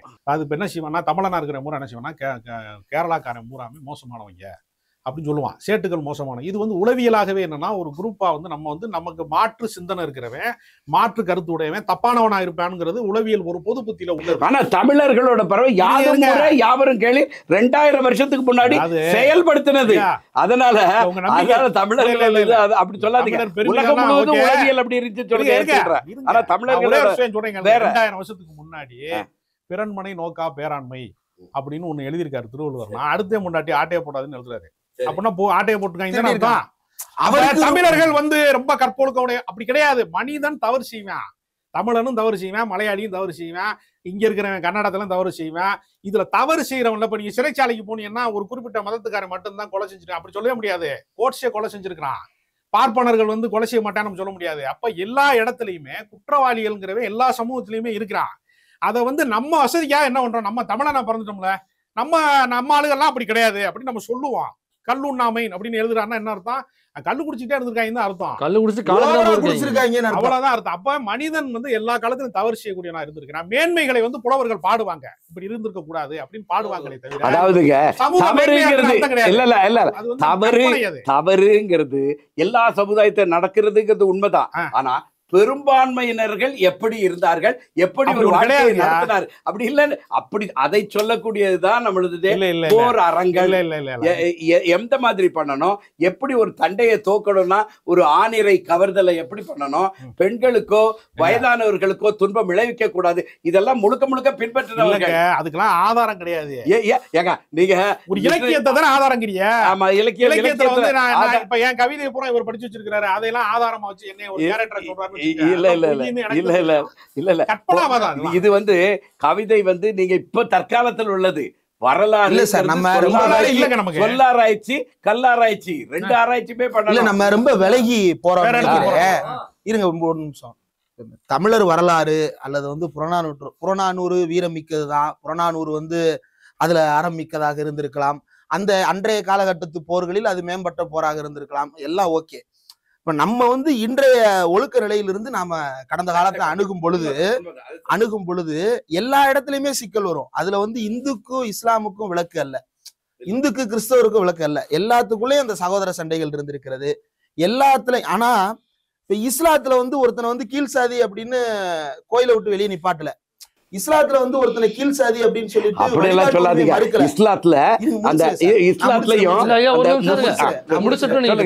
ஆனா நம்ம இதுல இப்ப நம்ம இந்து வரலாற்றுல என்ன இருக்கு அப்படின்னா, அது இந்து வரலாறு நம்ம இன்னைக்கு சொல்றோம். இந்து வரலாறு அப்படின்றது வந்து ஒரு நவீன கண்ணோட்டம். அன்றைக்கு வந்து அது சைவ வரலாறு, சமண வரலாறு, வைணவ வரலாறு, கௌமார வரலாறு, சாக்த வரலாறு. இப்ப அதுல பார்க்கும் பொழுது என்ன தெரிய வருது, ஒரு சாதியினர் வந்து கோயிலுக்குள்ள அனுமதி மறுக்கப்பட்டிருக்கிறாங்க, ஒரு குரூப் வந்து ஊருக்குள்ள அனுமதி மறுக்கப்பட்டிருக்கிறாங்க, ஒரு குரூப் நாட்டுக்குள்ளே அனுமதி மறுக்கப்பட்டிருக்கிறாங்க. இப்படியான பிறப்பாளர்கள் வந்து இப்படியான வேலைகள் செய்யக்கூடாதுன்றதெல்லாம் இருந்திருக்கு. இது நம்ம கடந்த காலத்துல ஒரு 500-600 வருஷத்துக்கு முன்னாடி நம்ம பார்த்தோம், இன்னும் பார்த்துக்கிட்டு இருக்கிறோம் அதை. அப்ப அதனால வந்து ஒழுக்கம் அப்படின்ற நிலையிலிருந்து நாம ஒரு மதத்தை அணுகிறோம் அப்படின்னா அது வந்து மதங்களுக்கு அப்பாற்பட்டு அல்லது வந்து வேற ஒரு டிபேட்டா போயிடும். இன்னைக்கு நம்ம பிரச்சனை என்ன, ஒரு கோயிலும் ஒரு தர்காவும் ஒன்னா இருக்கு, அது இருக்கக்கூடாதுன்னு ஒருத்தர் சொல்றாங்க. நம்மளுடைய நிலைப்பாடு என்ன, அது ஒன்னா இருக்கிறது இல்லாதது அப்படின்றதுல நம்முடைய நிலைப்பாடு என்ன அப்படின்றதுதான் நம்ம இன்னைக்கு பேச வேண்டியது. இப்ப நம்ம விவாதிக்கிறோம் இல்லையா, இந்த சோசியலாஜிக்கல் டிபேட் இதை அவன் விரும்புறான். நம்ம வந்து வரலாறை வந்து வேற மாதிரி பார்க்கணும் அப்படின்னு சொல்லிட்டு அவன் ஒரு புதிய கண்ணோட்டத்தை உருவாக்க விரும்புறான். நம்ம அதுக்கு பலியாக கூடாது அப்படின்றதுதான் நம்முடைய வேண்டுகோள். ஐயா சொல்றது மிக தெரியும். ஏன்னா ஏற்கனவே வந்தது, அதாவது அந்த தர்கா வழிபாடுங்கிறது இஸ்லாம் ஹராமா பார்க்குது. ஆனா இயல்பா இங்க மக்கள் அதை இந்து மதமும் அந்த இஸ்லாமும் இணைந்த ஒரு வழிபாடாக தான் இருக்குது. ஏன்னா அங்க மயில்பீலி வச்சு வந்திருப்பாங்க. அரேபியாவில் ஏறு மயில்பீலி, ஒரு பொட்டு வைக்கிற அளவு கூட சந்தனம் அங்கே கிடையாது. முழுக்க முழுக்க சந்தனம் தான் அது முதன்மையானது. அப்ப இரண்டு மதங்களும் அங்கு கலந்து இருந்து செயல்பட்டு வருகிறது. சொன்ன மாதிரி 80% போறவங்க இந்துக்களாக இருக்கிறார். அப்ப சமுதாய நல்லிணக்கத்திற்கு அது ஒரு ஆரம்பமாகவும் நிறைவாகவும் இருக்கக்கூடிய ஒரு இடத்துல சமூக நல்லிணக்கத்துக்கு மாறுபாடுகளும் வருது, அதுக்கு ஒரு த்ரெட் வருது, அதுக்கு ஒரு அச்சுறுத்தல் வருதுன்னா அதை நம்ம ரொம்ப ரொம்ப ரொம்ப அங்கதான் சமுதாய நல்லிணக்கமே வரக்கூடிய இடத்துல இப்படி வர்றதை நம்ம எந்த காலத்திலயும் அனுமதிக்க இல்லைங்க. அதான் அது எந்த புள்ளியிலேருந்து வருது அப்படிங்கிறதா. நீங்க பிரியாணி சாப்பிட்டே தப்புனாக்கா தர்காவில் கொண்டு போய் தயிர் சாதமும் பொங்கல் வச்சு சாப்பிட முடியாதுல்ல. இன்னொன்னு ரெண்டு மதமும் கலக்கிற இடம் அப்படின்னு நம்ம சொல்றோம். கிட்டத்தட்ட 80% இந்துக்களும் 20% முஸ்லிம்ஸ் தான் அங்க போறாங்க. சரி 50-50 வச்சுக்கலாம். நீங்க அங்க வந்து மரக்கறி சாப்பிட்றது, மாமிசம் சாப்பிட்றது அப்படிங்கிறது நீங்க எடுத்துக்கிட்டோம்னாக்கா இந்துக்குள்ள தமிழ்நாட்டுக்குள்ள கிட்டத்தட்ட 97-98% நம்ம எல்லாமே மாமிசம் சாப்பிடுறோம். அப்படி மாமிசம் சாப்பிட்றதே நீங்க தவறுன்னு சொல்றது இருக்குல்ல. இப்ப அந்த தர்காவில் வந்து ஏதோ இந்துக்களுடைய மனதை புண்படுத்துறது மாதிரி ஒரு விஷயம் பண்றாங்க அப்படின்னாக்கா, இந்துக்களுடைய மனசுன்னு நான் சொல்றது என்னன்னாக்கா, அந்த மதத்தை கிரிட்டிசைஸ் பண்ணி உள்ள ஒரு பெரிய ப்ரொபகண்டா பண்றாங்க, இந்து மதத்தை அழிப்பதற்கான ஒரு வரைபடம் வச்சு ஏதோ ஒரு திட்டம் தீட்டுறாங்க. இந்த மாதிரி ஒரு குற்றச்சாட்டு, ஒரு பொய்யான குற்றச்சாட்டாக இருந்தாலுமே அப்படி ஒண்ணு கூட இல்லை. மாமிசம் சாப்பிட்றது எப்படி நீங்க குற்றச்சாட்டா வைக்க முடியும்? அவங்க வைக்க முடியாது. ஆனா ஐயா சொன்னதுல இது வருடத்திற்கு ஒரு முறை அங்க போய் கந்தூரி விழா கொண்டாடிக்கிட்டு இருந்தது. இடையில நினைச்ச நேரம் எல்லாம் போகும்போது அதுவுமே தடை செய்யணும்னு நான் சொல்லலை, தடை செய்யக்கூடாதது தான். ஆனா தடை எப்போ வருதுன்னா 90கள்ல இருந்தே 30 வருடமாக அந்த தீபம், கார்த்திகை தீபம் ஏற்றப்பட முடியவில்லை, சிவராத்திரி கொண்டாடப்பட முடியவில்லைங்கும் போதுதான் இல்ல அது யாரும் கொண்டாடக்கூடாதுன்னு. ஐயோ, மேல வருடம் இங்க இருந்து சிவராத்திரி கொண்டாடுறதுக்கும் அந்த தீபம் ஏற்றுறதுக்கு போவாங்க. காவல்துறையினர் மட்டும் இல்ல, அந்த நம்ம ரெவென்யூ டிபார்ட்மெண்ட், வருவாய்த்துறை 2 பேரும் சேர்ந்து இருந்துக்கிட்டு மேல அனுமதிக்கிறதே இல்லை. அப்பதான் சொல்றாங்க கடைசி வரைக்கும் 30 வருடங்களாக காத்த பிறகு அதுக்கு பிறகு நான் முடிச்சிடறேங்க. அது 30 வருடங்களுக்கு பிறகு ஒண்ணு நீங்க அனுமதிச்சீங்கன்னா எல்லாரையும் அனுமதிங்க, அனுமதிக்கலைன்னா எல்லாரையும் அனுமதிக்காதீங்க அப்படின்னு சொல்ல போய் தான் இந்த தடவை அந்த ராஜபாளையத்துல இருந்து வர்றவரை நிறுத்துறாங்க. அதனால அந்த 30 வருடங்களாக இந்துக்களின் கோரிக்கை கண்டுகொள்ளப்படவே இல்லை, செயல்படுத்தப்படவே இல்லைங்கும் போது இது எல்லாம் சேர்ந்து மொத்தமா வருது. சரி, இப்ப நீங்க சொல்றதுல என்ன இருக்குங்கிறது அண்ணன் சொல்லுவாரு. நீங்க சொல்றதுல எனக்கு என்ன கேள்வி இருக்குனாக்கா, அப்ப மேல அனுமதிக்க மாட்டேங்கிறாங்க அப்படிங்கறத கோரிக்கையா இருக்கணும், அனுமதிங்கிறதா கோரிக்கையா இருக்கணும். மாமிசம் சாப்பிடுறாங்கிறது அப்படி குற்றச்சாட்டு இல்ல. அதுதான் நான் சொல்றேன். இந்துக்களுக்கு புரிய வைக்க வேண்டியது என்னன்னா, நம்ம முருகனுக்கு வழிபாடே அசைவ வழிபாடு தான் அப்படிங்கிறத புரிய வைக்கணும். ஒரு 700 வருடங்களாக இருந்து இருக்கிறத அதை உடனே ஒரே நாளில் மாற்றணுங்கிறது இல்லை. நாம் நல்லிணக்கத்தோடு நம்ம இதுவரைக்கும் அங்கே போயிட்டு ஏராளமான இஸ்லாமியர்கள் கோயிலுக்கு நன்கொடை கொடுக்கிறார்கள், ஏராளமான இந்துக்கள் அங்கே போகிறாங்க, நன்கொடை கொடுக்குறாங்க. கந்தூரி விழாவில் இவங்களும் போய் பலி கொடுத்து கும்பிட்டுட்டு தான் வர்றாங்க. இதை முன்னிறுத்தி அங்கே நல்லிணக்கம் கொண்டு வரணும். அது சரியாக இருக்கும். அதே நேரத்தில் அந்த நீங்க இந்த இது கார்த்திகை தீபம் ஏற்றக்கூடாது, சிவராத்திரி கொண்டாடக்கூடாதுன்னு தடை போட கார்த்திகை தீபம் கொண்டாடிய புகைப்படம் இல்ல சொல்றேங்க இல்ல. கார்த்திகை தீபம் வேற, நம்ம கேட்கிற தீபம் வேற. நீங்க சின்னதா சொல்றீங்க கார்த்திகை, அதாவது இப்ப ஒவ்வொரு கார்த்திகை தீபம் ஏத்தின புகைப்படங்க ஆதாரங்கள் அதாவது புது ரூட்ல போடுறீங்க. அங்க போறவங்க வைக்கிற கோரிக்கையே கார்த்திகை தீபம்லாம் கேட்கவே இல்லை. இல்ல அவங்க திருவண்ணாமலை தீபம் மாதிரி போடணும் ராமகோபால் சொல்றாரு. 1990கள்ல இருந்தே இருக்குது. என்ன கோரிக்கை? மலை மேல தீபம் ஏத்துறாங்க. இல்ல தீபம் எப்படி ஏத்தணும்னா கீழ இருந்து பார்த்தா தெரியுற அளவுக்கு அப்படி ஏத்தணும் தெரியாது. இது வந்து ரொம்ப சின்ன அளவுல ஒரு 50 பேரை மட்டும் வச்சுட்டு வருடம் இது நடக்கக்கூடிய மலைன்றது நாம நினைக்கிற மாதிரி திருப்பரங்குன்ற மலைன்றது மவுண்ட் எவரெஸ்ட் கிடையாது. இல்ல. 8888 அடி ஆமா உயரத்துல ஆமா இருக்கக்கூடிய ஆமா மலை ஆமா கிடையாது. ஆமா ஆமா. திருப்பரங்குன்ற மலைன்றது அது ஒரு குட்டை மலை. ஆ. அது இவ்வளவுண்டுதான். ஆ. அதுல காசி விஸ்வநாதர் கோயில் இருக்கிறது வந்து அது குறைவான இடத்துலதான் இருக்கு. அதனுடைய உயரமே குறைவு. இன்னைக்கு மதுரையில இருக்கக்கூடிய உயர்ந்த கட்டடங்கள் எல்லாம் சூழ்ந்ததற்கு பிறகு நீங்க மலை மேல தீபம் ஏத்துனீங்கன்னா கோயில் வாசல்னு பார்த்தாலும் தெரியாது. ஏன்னா கோபுரமே மறைக்கும். இல்ல இல்ல. அப்ப தீபத்தை மறைக்கும் கோபுரம்னு நம்ம குற்றச்சாட்டு வைக்க முடியாது. வைக்க முடியாது வைக்க முடியாது. ஒரு காலத்துல சட்ட திட்டங்கள் அப்படித்தான் இருந்துச்சு. கோவில் மதுரைக்குள்ள அந்த கட்டுப்பாடு இருந்துச்சு. அந்த கோவில் கோபுரத்தை மறைக்கிற மாதிரி இருக்கக்கூடாதுன்னு கோயில் கோபுரத்தை இருங்க நான் முடிச்சிடறேன். கோயில் கோபுரத்தை மறைக்க கூடாதுன்னு சொல்றோம். சரியா? கோயில் கோபுரத்தை மறைக்கல. எத்தனை வருஷத்துக்கு கோயில் கோபுரத்தை மறைக்காத அளவுக்கு காலம் மாற மாற மாறிடுச்சு. காலம் மாறதான் செய்யும். காலம் மாறதான் செய்யும். அப்ப மலை மேல இருக்கக்கூடிய தீபம் என்பது ஒரு காலத்துல வந்து ஊருக்குள்ள கட்டடமே கிடையாது. அதனால ஊர்ல எங்க இருந்து பார்த்தாலும் அந்த மலை தெரியும். அப்ப இன்னைக்கு கட்டடங்கள் பெரிய இதே வாதத்தை தர்காவுக்கு வைக்கலாமே. ஒரு காலத்துல 1300 இஸ்லாமியர்கள் தர்காக்கள் குறைச்சலா இருந்துச்சு. அப்ப மேல வச்சாங்க. இப்ப ஊரெல்லாம் தர்கா வந்து தர்கா கிடையாது. இடம் வச்சது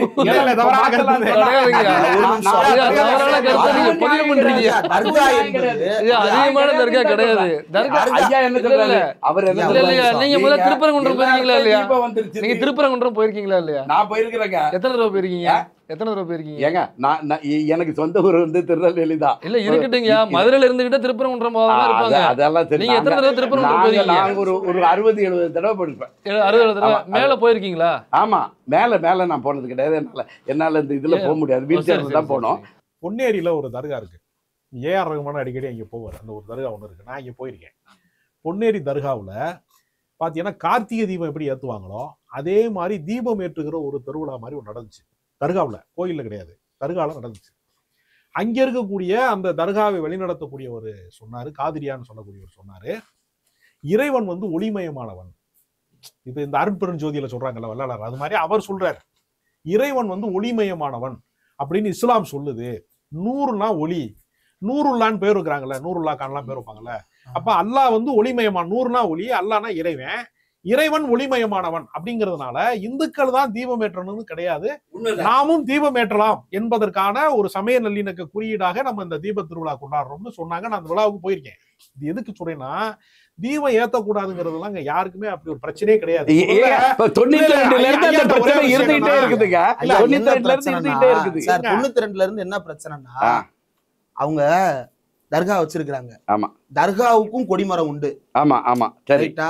இவங்க என்ன கேக்குறாங்கன்னா, இந்து முன்னணி நிர்வாகிகள், நான் அங்க போய் தீபம் இல்ல அதாவது அவங்க இஸ்லாமிய இல்ல எங்க எத்தனை சொல்றாங்கன்னா, இஸ்லாமியர்கள் எங்க சொல்றாங்க எங்களுக்கு 50 சென்ட் இடம் இருக்குது, ஆவணம் வச்சிருக்காங்க, நெல்லித்தோப்பு. அதற்கு வெளியில தான் இந்த அவங்க கேட்கக்கூடிய அந்த தீபம் ஏற்றக்கூடிய அந்த தூண் இருக்குதே தவிர அந்த 50 சென்ட்டுக்கு உள்ள இல்ல. கோர்ட்டே சொல்லிருச்சு 200 அடி தள்ளி ஏத்திக்கலாம் சொல்லிச்சு. ரெண்டாவது எனக்கு அடிப்படையான ஒரு கேள்வி என்ன அப்படின்னா, அந்த பணம் வந்து 200 அடியில கோர்ட் சொன்ன இடத்துல ஏற்றப்படல. இல்லாத ஒரு நடைமுறையை புதுசா கொண்டு வர்றீங்க. 1992 சரிங்க, கோர்ட் சொல்லி ஐயா ஒரு நிமிஷம் மாட்டேனா எப்படி ஐயா, அதுக்கு முன்னாடி தீபம் ஏத்துறதுன்னு சொல்றீங்க. சரி, இப்ப ஒரு இடத்துல ஏத்துறாங்க. சரி, ஏத்துற தீபத்தை இந்துக்கள் நாங்க சரி சந்தோஷமா பார்த்து கும்பிட்டு லயித்து அந்த பிரகாச தீபத்தை வந்து வணங்கி போயிடுறோம். நல்லது, எங்களுக்கு அதுல எந்த பிரச்சனையும் இல்ல. ஆனா ஒருத்தர் என்ன கேக்குறாருன்னா, நீ இங்க ஏத்துனா இந்துக்களுக்கு வந்து பிரகாசம் கிடைக்காது, நீ அங்க ஏத்துனாதான் இந்து மனசு குளிரும்னு கேட்டா, பார்த்தா குளிருது. இதே வாதத்தை நான் வந்து அந்த வாதத்தை ஆதரிக்கல. ஆனாலும் இதோட நீட்சியாக அதே வாதத்தை வச்சோம்னா, நான் வந்து அங்க போய் உள்ள தர்காவில தான் நான் ஏத்துவேன். அங்க தர்கால மத்த நாகூர் தர்கா போங்க, ஏர்வாடி தர்கா போங்க, தினசரி வழிபாடு வழிபாடு வழிபாடு செய்யக்கூடாதுன்னு இஸ்லாமியர் யாரும் கேட்கல. கட்டாயமா காசி விஸ்வநாதர் கோயில்ல சிவராத்திரி கொண்டாடக்கூடாதுன்னு இஸ்லாமியர் சொல்லல. கோயிலுக்கு தினமும் பக்தர்கள் செல்வதற்கு தடை இருக்கிறது. ஏன் தடை இருக்கு? ஏன் தடை இருக்கு? ஏன் தடை இருக்குது? அதுக்கு இஸ்லாமிய காரணம். அரசாங்கம் எப்ப தடை விதிச்சாங்க? அரசாங்கம் என்னல இருந்து தடை விதிச்சாங்க? அது 1992 இருந்தே தடை இருக்குது. காசி விஸ்வநாதர் கோயில் உள்ள எப்பவும் போகவே முடியாது, போகவே முடியாது. தவறு, மிக மிக தவறு. அப்படி தலைமுறையில போன வாரம் கூட செய்தி போட்டாங்க, தவறான தகவல் உள்ளுக்குள்ள போவதற்கு எல்லாருக்கும் அனுமதி இருக்கு. எல்லாருக்கும் அனுமதி ஐயா, நீங்க தரவுகள் இல்லாம நீங்க மட்டும் அடிச்சு விடுறீங்க. போறவங்க அடிச்சு விடாதீங்க. இல்ல இல்லைங்க, நான் வந்து நீங்க மேல போக முடியாது அப்படின்னு நீங்க சொன்னீங்க. ஆமா, எனக்கு புரியுது. உங்களுக்கு வந்து அதை விட்டுருங்க, போக முடியாத சூழ்நிலை, அதை நான் புரிஞ்சுக்கிறேங்க. சரி, ஆனா எல்லாருக்குமே போக தடைங்கிறது தவறான தகவல் இல்ல. காவல்துறையினர் ஒவ்வொரு வருடமும் தீபம் ஏத்த போகும்போது இந்த பிரச்சனை வந்துகிட்டே தான் இருக்குது, போகிறதுக்கு வந்துகிட்டே தான் இருக்குது. அதன் அடிப்படையில தான் காவல்துறை இந்த தடவை, போன தடவை தான் ரொம்ப ரொம்ப தெளிவா சொல்லியிருக்கிறாங்க, நீங்க அனுமதிச்சீங்கன்னா எல்லாரையும் அனுமதிங்க, இல்லைன்னா எல்லாரையுமே நிறுத்துங்க. அந்த கந்தூரி ஒரு நாள் விழாங்கிறது வேற, அது தினமுமே ஆக்குறதுங்கிறது வேற. தினமும் கிடையாது. கந்தூரி விழாவுக்கு அவர் போல இல்லங்க, நடக்காத ஒண்ணும் சொல்லாதீங்க. இல்ல, தவறான கருத்து இல்ல. ராஜபாளையத்துல இருந்து அவர் ஆட்டுக்குட்டி கந்தூரி அன்னைக்கே போனாரு, கந்தூரி அன்னைக்கே போனாரு.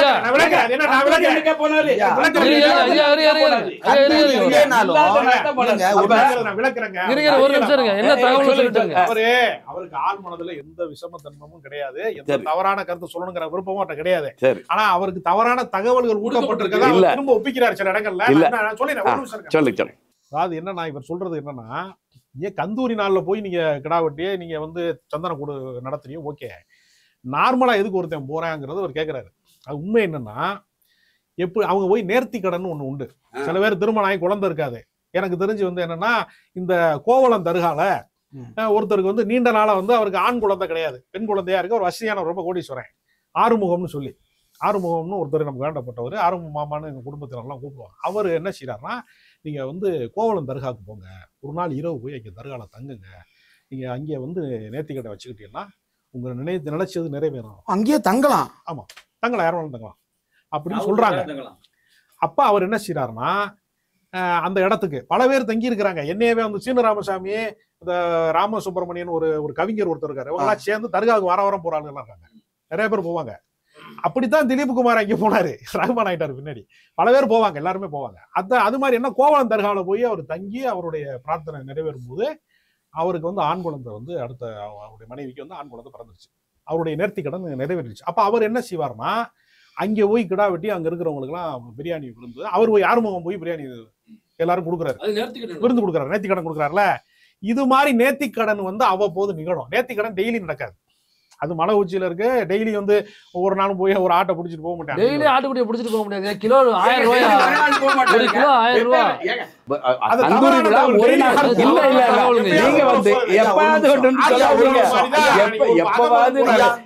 ஒரு நிமிஷம் கேளுங்க. கோயில் மலை மேல வந்து இருங்க, மலை மேல காசி விஸ்வநாதர் கோயில் இருக்கு. காசி விஸ்வநாதர் கோயிலுக்கு யாராவது கடாவோட போனாங்களா? இல்ல. காசி விஸ்வநாதர் கோயில்ல கந்தூரி கொடுத்தாங்களா? கொடுக்கல. காசி விஸ்வநாதர் கோயில வச்சு கறி சாப்பிட்டாங்களா? இல்ல. தர்காவுக்கு ஆட்டோ எடுத்துட்டு போனாங்களா? போனாங்க. போறதுக்கு உரிமை இருக்கா இல்லையா? இல்ல. கந்தூரி ஒரு நாள் தானே எடுத்துட்டு போனோம்னு ஐயா தான் இப்ப சொன்னாங்க. இல்ல, ஒரு நாள் சொல்லவே இல்லை. இத திருப்பி போட்டு பாருங்க, கந்தூரியில மட்டும் தான் போனாங்க, வேற போகலன்னு ஐயா சொன்னாங்க. இப்பதாங்க சொன்னேன், ரெக்கார்ட் ஆயிருக்கும், இதுலயே ரெக்கார்ட் ஆயிருக்கும். சித்திரை நான் சொன்னேன், வருஷம் ஒரு நாள் திருவிழா, நேர்த்தி கடனுக்கு அவ்வப்போது போவாங்கன்னு சொன்னேன். அதுக்காகத்தான் நான் சொன்னேன், ராஜபாளையக்காரர் அந்த கந்தூரி நாள்ல போகல, போக கூடாதுன்னு சொல்ல. இப்ப இதெல்லாம் நான் 15 சித்தர் பீடம், எனக்கு 15 சித்தர் பீடம் வந்து சரி, நான் சின்ன பிள்ளையா இருந்த காலத்துல இருந்து பேச்சு போட்டி மூலமா எனக்கு அறிமுகம். நல்லது, மகிழ்ச்சி. நான் அவங்கள வந்து 8 வயசுல இருந்து நான் அவங்கள பாக்குறேன். நல்லது, மகிழ்ச்சி, மகிழ்ச்சி. சித்தர் கூடத்தை பொறுத்த வரைக்கும் சேவல் கோழி பலியிடுவது அப்படின்றது மிக நல்ல நாட்கள். அதாவது ஒண்ணும் இல்ல, இப்ப இந்து மதத்தின்படி கிரகப்பிரவேச தப்ப பலி கொடுக்க மாட்டாங்க.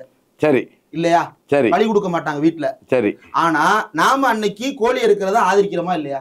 ஆதரிக்கிறோம், கட்டாயம் ஆதரிக்கிறோம். ஏன்னா அவன் நம்மளுடைய வழிபாடு, நம்ம குலதெய்வம். இல்ல இல்ல, நான் சொல்றேன், அதோட நிறுத்தாதீங்க, அதோட நிறுத்துறீங்க. நான் வரேன் வாங்க. அப்ப ரைட்.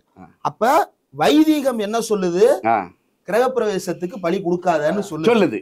ஆனா நாம என்ன சொல்றோம், நம்முடைய நாட்டார் வழிமுறையில என்ன நாளா இருந்தாலும் அந்த நாள்ல எனக்கு பலி கொடுக்கிற உரிமை எனக்கு இருக்கு.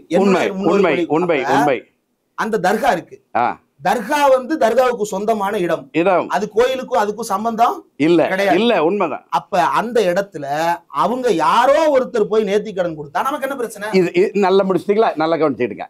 நீங்க பாருங்க, ஐயா சொன்னாரு 15 சித்தர் அந்த சித்தர் பீடத்துல இருந்து முந்தைய தெரியும்ட்டு. நாங்க வந்து எல்லா நாளும் கட்டாயம் பலி கொடுக்கன்னு சொல்ல, 4 முறை வச்சிருக்கிறோம். 4 முறையில 2 முறை உன்னுடைய குலதெய்வம் கரிமீன் வச்சு தான் அங்கே படைப்பேன் நானா. நீ எல்லா நாட்களும் கரிமீன் வச்சு தான் உன் வீட்லேயும் சரி, திருமணத்துலேயும் சரி, பால்காய்ப்பு எல்லா இடத்துலையும் கொண்டாடணும்.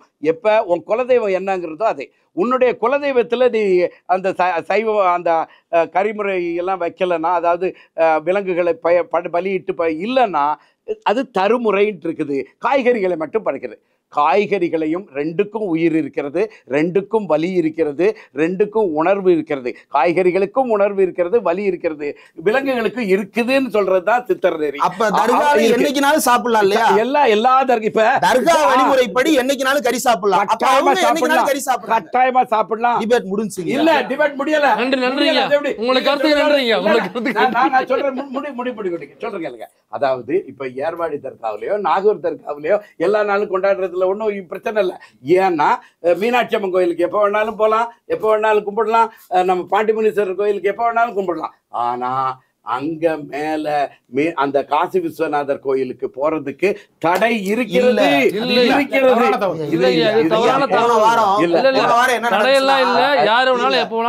இந்த பிரச்சனை வந்தோடனே ஒரு முக்கியமான ஒரு யூடியூப் சேனல்ல இருந்து நேரடியா போயிட்டு எல்லா கோயிலுக்கும் விசிட் பண்ணி வீடியோ எடுத்துட்டு உள்ள எல்லாம் போயிட்டு தர்காவுக்கும் போனாங்க, கோயிலுக்கு போனாங்க, கீழே போனாங்க.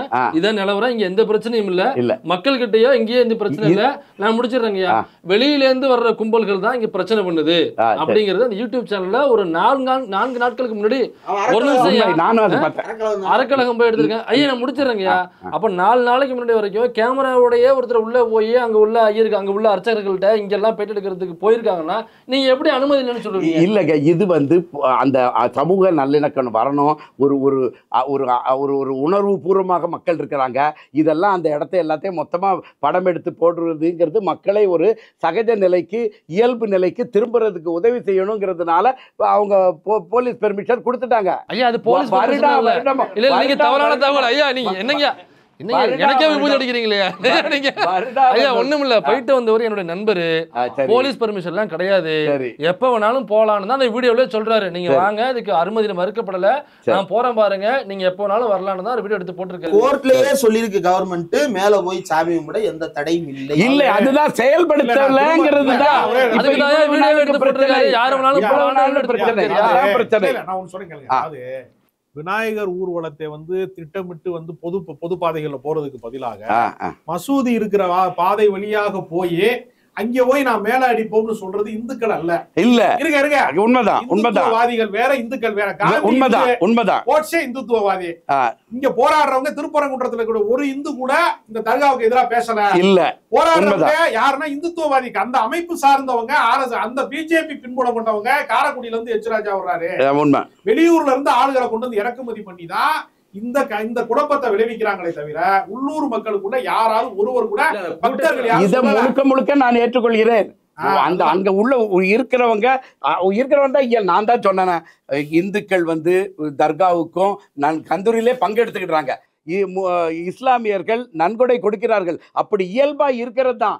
அப்படிப்பட்ட இயல்பான வழிபாடு தான் அந்த தர்கா வழிபாடு. அது வந்து நான் என்ன சொல்றேன்னா, அது வந்து சமூக நல்லிணக்கத்திற்கு ஒரு சாதகமாக இருக்க வேண்டியது தேவையில்லாம அதுவும் ஒத்துக்கிட்டேன். வெளியில இருந்து வர்றவர்களால அரசியலுக்காக மக்களுக்கு இல்ல, அப்படி மாற்றப்படுகிறது, திரிக்கப்படுகிறதுங்கிறது தான் நாங்க சொல்றோம். சரி, இந்த பலிக்கு இந்த பலியில இருந்து வெளியே வருவோம்.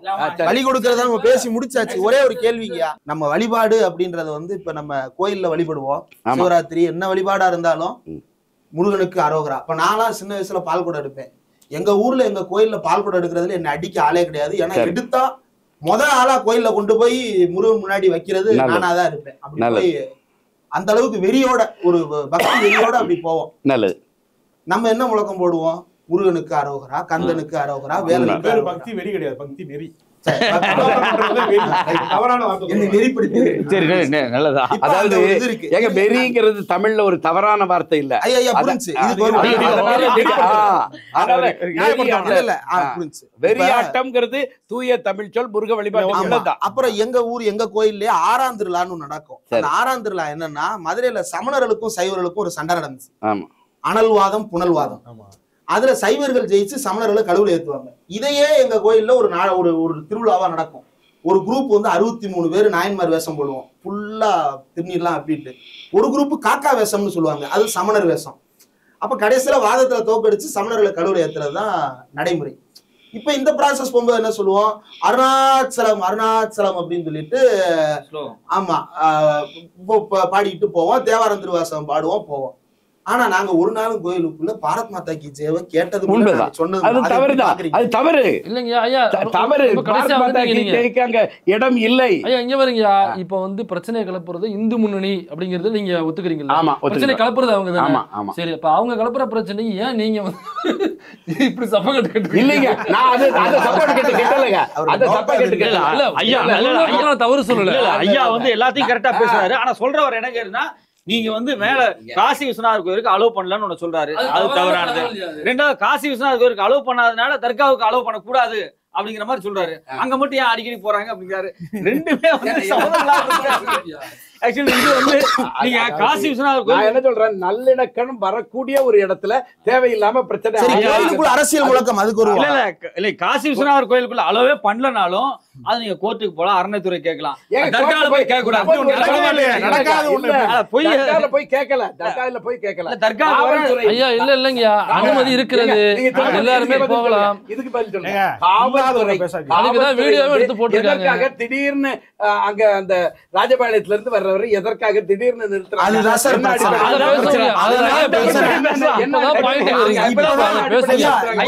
நீங்க கேட்ட கேள்வியில ஒரு பாயிண்ட் கேட்டீங்கன்னா இந்துக்களையும் நிறுத்துற மாதிரி இந்த வருஷத்துல இருந்து இஸ்லாமியர்களையும் நிறுத்த ஆரம்பிச்சிருக்காங்க. இந்துக்கள் இஸ்லாமியர்கள் 2 பேரும் சேர்ந்து போலாம் வாங்கன்னு சொல்லிருக்கணும். ஆனா நீங்க என்ன சொல்றீங்கன்னா சேர்ந்து எங்கடியா போறது?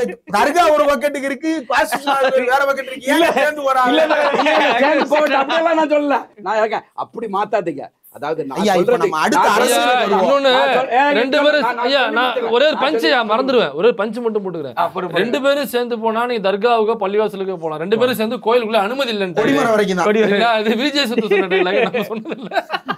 சரி. இதனுடைய அரசியல் பகுதி நிறைவு பகுதிக்கு ஆமா அரசியல் ஏங்க வந்ததே அதனோட அரசியல பேசுறதுக்காக தான். நீங்க சரி ஐயா, நீங்க ரொம்ப நேரமா பாயிண்ட்லாம் வச்சு நான் எடுத்தே 4 பாயிண்ட் வாங்க பேசுறீங்க. ஆக்சுவலி இந்த பிரச்சனையினுடைய மையம் ஐயா சொல்ற இடம் எங்க வருது அப்படின்னா, போலீஸ் தடுத்ததுல இருந்து பிரச்சனை உருவாகுது அப்படிங்கிறாங்க. போலீஸ் இதை தடுக்கிறாங்க. அறநிலைத்துறையினுடைய கமிஷனர் அவர் ஒரு பர்செப்ஷன் வைக்கிறாரு. இங்க வந்து குறிப்பாக தர்காவில் ஆடு வெட்டுறது இது வந்து இப்போ செய்யக்கூடாது அப்படிங்கிற மாதிரி அவங்க ஒரு பர்செப்ஷன் ஒன்று வைக்கிறாங்க. ப்ளஸ் கலெக்டர், ஆர்டிஓ இவங்க எல்லாரும் ஒரு இடத்துல வந்து லோக்கல் அட்மினிஸ்ட்ரேஷன் வந்து நீங்கள் வந்து மேலே போய் கந்தூரியோ இல்லை வேண்டுதலோ செய்யக்கூடாது அப்படிங்கிற இடத்துக்கு நகர்றது அப்படிங்கிறது தான் பாலிடிக்ஸு. இது எப்படி நடந்துச்சு? இது வந்து அரசு உடந்தையா, அரசுக்கு உடந்தை இல்லையா, இது வந்து அறநிலைத்துறை சொல்லி நடக்குதா, சொல்லாமல் நடக்குதா அப்படிங்கிற கேள்வி தான் இன்றைக்கி வந்து முக்கியமான ஒரு இந்த பிரச்சனையினுடைய மைய புள்ளியாக தான். மற்றபடி நம்ம டிஸ்கஸ் பண்ணுறோம், அவர் போகலாம் போகலை, மேலே காசி விஸ்வநாதர் கோயில் கலவு பண்ணுறாங்க அப்படிங்கிறதெல்லாம் 2வது விஷயம். இந்த லோக்கல் அட்மினிஸ்ட்ரேஷனுக்கு உள்ள செயல்பட்ட இந்துத்துவ சக்திகள் யார் அப்படிங்கிறது தான் நம்மளுடைய கேள்வியாக இருக்குது. ஏன் அப்படின்னா, நீங்கள் இது வந்து புதுசு கிடையாது, இந்தியன் மாடலில் இது ஒரு புது விஷயம் கிடையாது. பாபர் மசூதிக்கு எக்ஸாக்டாக சேமாக இதே தான் நடந்திருக்கு. பாபர் மசூதி இடிக்கிறதுக்கு முன்னாடி கிட்டத்தட்ட ஒரு 6 மாதத்துக்கு முன்னாடியே அங்கே சில பிரச்சனைகள் போகுது அப்படின்னு சொல்லி ஹோம் மினிஸ்ட்ரி, எங்கள் டெல்லியில் ஹோம் மினிஸ்ட்ரியிலேருந்து டைரக்டான லெட்டர்ஸு மெயில்ஸ் வந்து அந்த காலத்தில் வந்து வாக்கி டாக்கில்ஸ் வச்சு இன்ஃபார்ம் பண்ணாங்க. நேரு அரசுலேயே என்ன சொல்கிறாங்கன்னா, ஹோம் மினிஸ்ட்ரியிலேருந்து ஃபைசாபாத்துக்கு கணித போக்குவரத்து நடக்குது, அங்கே சில பிரச்சனைகள் ஓடுது, அது என்னன்னு கவனிங்க அப்படிங்கிறாங்க. எந்த பிரச்சனையுமே இல்லை அப்படிங்கிற மாதிரி லோக்கல்லேருந்து ரிப்போர்ட்ஸ் போயிட்டே இருக்கு. இதை செஞ்சது யார் அப்படின்னா, முழுக்க முழுக்க அன்னைக்கு கலெக்டராக இருந்த ஒரு மலையாளி, அவர் பேர் நாயர். அவரும் சரி, அவருக்கு கீழே வந்து குருதத் சிங் அப்படிங்கிற 2 பேர் சேர்ந்து என்ன பண்ணுறாங்க அப்படின்னா, லோக்கலில் எந்த பிரச்சனையுமே இல்லை, அங்கே மசூதியை இடிச்சிட்டு முக்கியமாக அங்கிருந்த கோயிலை இடிச்சிட்டு மசூதி கட்டியிருக்காங்க, செவுத்துல இன்னும் சிலை இருக்குது, அதை வழிபட மக்கள் விரும்புகிறாங்க, மக்கள் வழிபடலாம். இது வந்து அந்த நேரத்தில் முஸ்லீம்ஸ்கள் வந்து தொழுகை பண்ணுறங்கிற பேரில் அந்த கோயில் செவுத்து பக்கத்தில் செருப்பெல்லாம் கழட்டி விடுறாங்க அப்படின்னு சொல்லி தான் பிரச்சனை ஆரம்பிக்கிறாங்க. ஆக்சுவலா அங்க வழிபாடு நடந்ததா 2 இடத்துலயுமே? அங்க வழிபாடு நடக்கல. ஆக்சுவலி அது வந்து வழிபாடு நடக்காத ஒரு இடம் அது. ஆனா இவங்க கைவிடப்பட்ட ஒரு இடம் தான். ஆனா செவுரு வந்து பாத்தீங்கன்னா கோயில் செவரா இருந்துச்சு. கோயில் செவரா இருந்துச்சுன்னா பிரச்சனை உருவாக்குறாங்க. இந்த மசூதி இடிக்கிறதுக்கு 6 மாசத்துக்கு எக்ஸாக்டா சொன்னா ஜூலை 1949லயே பெட்டிஷன் ஒரு மக்கள் வந்து ஒரு பெட்டிஷனை யூனியன் கவர்மெண்ட்டுக்கு போடுறாங்க. எங்களை வந்து வழிபட அலோவ் பண்ணுங்க அப்படின்னு சொல்றாங்க. அதுக்கு வந்து ஹோம் மினிஸ்ட்ரி வந்து டைரக்டா டீல் பண்ணுது. இதுல எல்லாமே கேட்டாச்சு. நேருவும் நீங்க யாரும் போகக்கூடாது, அது வந்து தப்பு, அது என்னன்னு விசாரிக்கணும் அப்படிங்கிற இடத்துக்கு நகர்றாங்க. யூபியினுடைய அன்னைக்கு இருந்த பந்த், கோவிந்த பந்த், அவர் தான் சிஎம், அவரும் இந்த விஷயத்தை சீரியஸா எடுத்துக்கிறாங்க. எல்லாருமே என்ன சொல்றாங்க அப்படின்னா, புதுசா ஒரு நடைமுறை உருவாக்காதீங்க, இது சிக்கலா மாறுங்கிறத தெளிவா சொல்றாங்க. ஆனா லோக்கல் அட்மினிஸ்ட்ரேஷன்ல இருந்த இந்த குரு தத் சிங் அப்படிங்கிறவரும் அதே மாதிரி கே நாயர், இவங்க 2 பேர் என்ன பண்றாங்க அப்படின்னா, இவங்க ஒரு அறிக்கையை தயாரிச்சு இல்ல அங்க வந்து மசூதியை கோயில் இடிச்சிட்டு தான் மசூதி கட்டினாங்கன்னு எந்த விதமான ஆர்கியாலஜிக்கல் எவிடன்ஸோ அதெல்லாம் எதுவும் இல்லை. அவங்க ஒரு ஒப்பீனியனா வைக்கிறாங்க. ஆர்கியாலஜி எல்லாம் பிற்பாடு தான் ஆய்வு பண்ணுது. ஒரு ஒப்பீனியனை சப்மிட் பண்றாங்க. இந்த கடித போக்குவரத்தை மட்டும் நான் சொல்லிடுறேன், நல்லா பாருங்க. ஃபர்ஸ்ட் வந்து ஃபைசாபாத்தினுடைய எஸ்பிஏ சொல்றாரு, எப்போ மசூதி இடிக்கிறதுக்கு 1 மாசத்துக்கு முன்னாடியே அவர் பேர் வந்து கிருபால் சிங், அவர் ஒரு லெட்டர் அனுப்புறாரு 91ல. அப்போ 1949லயே. ஆமா, ஜவஹர்லால் நேரு. இல்ல சொல்லிடுறேன், அதுக்கு சம்பந்தம் இருக்கு.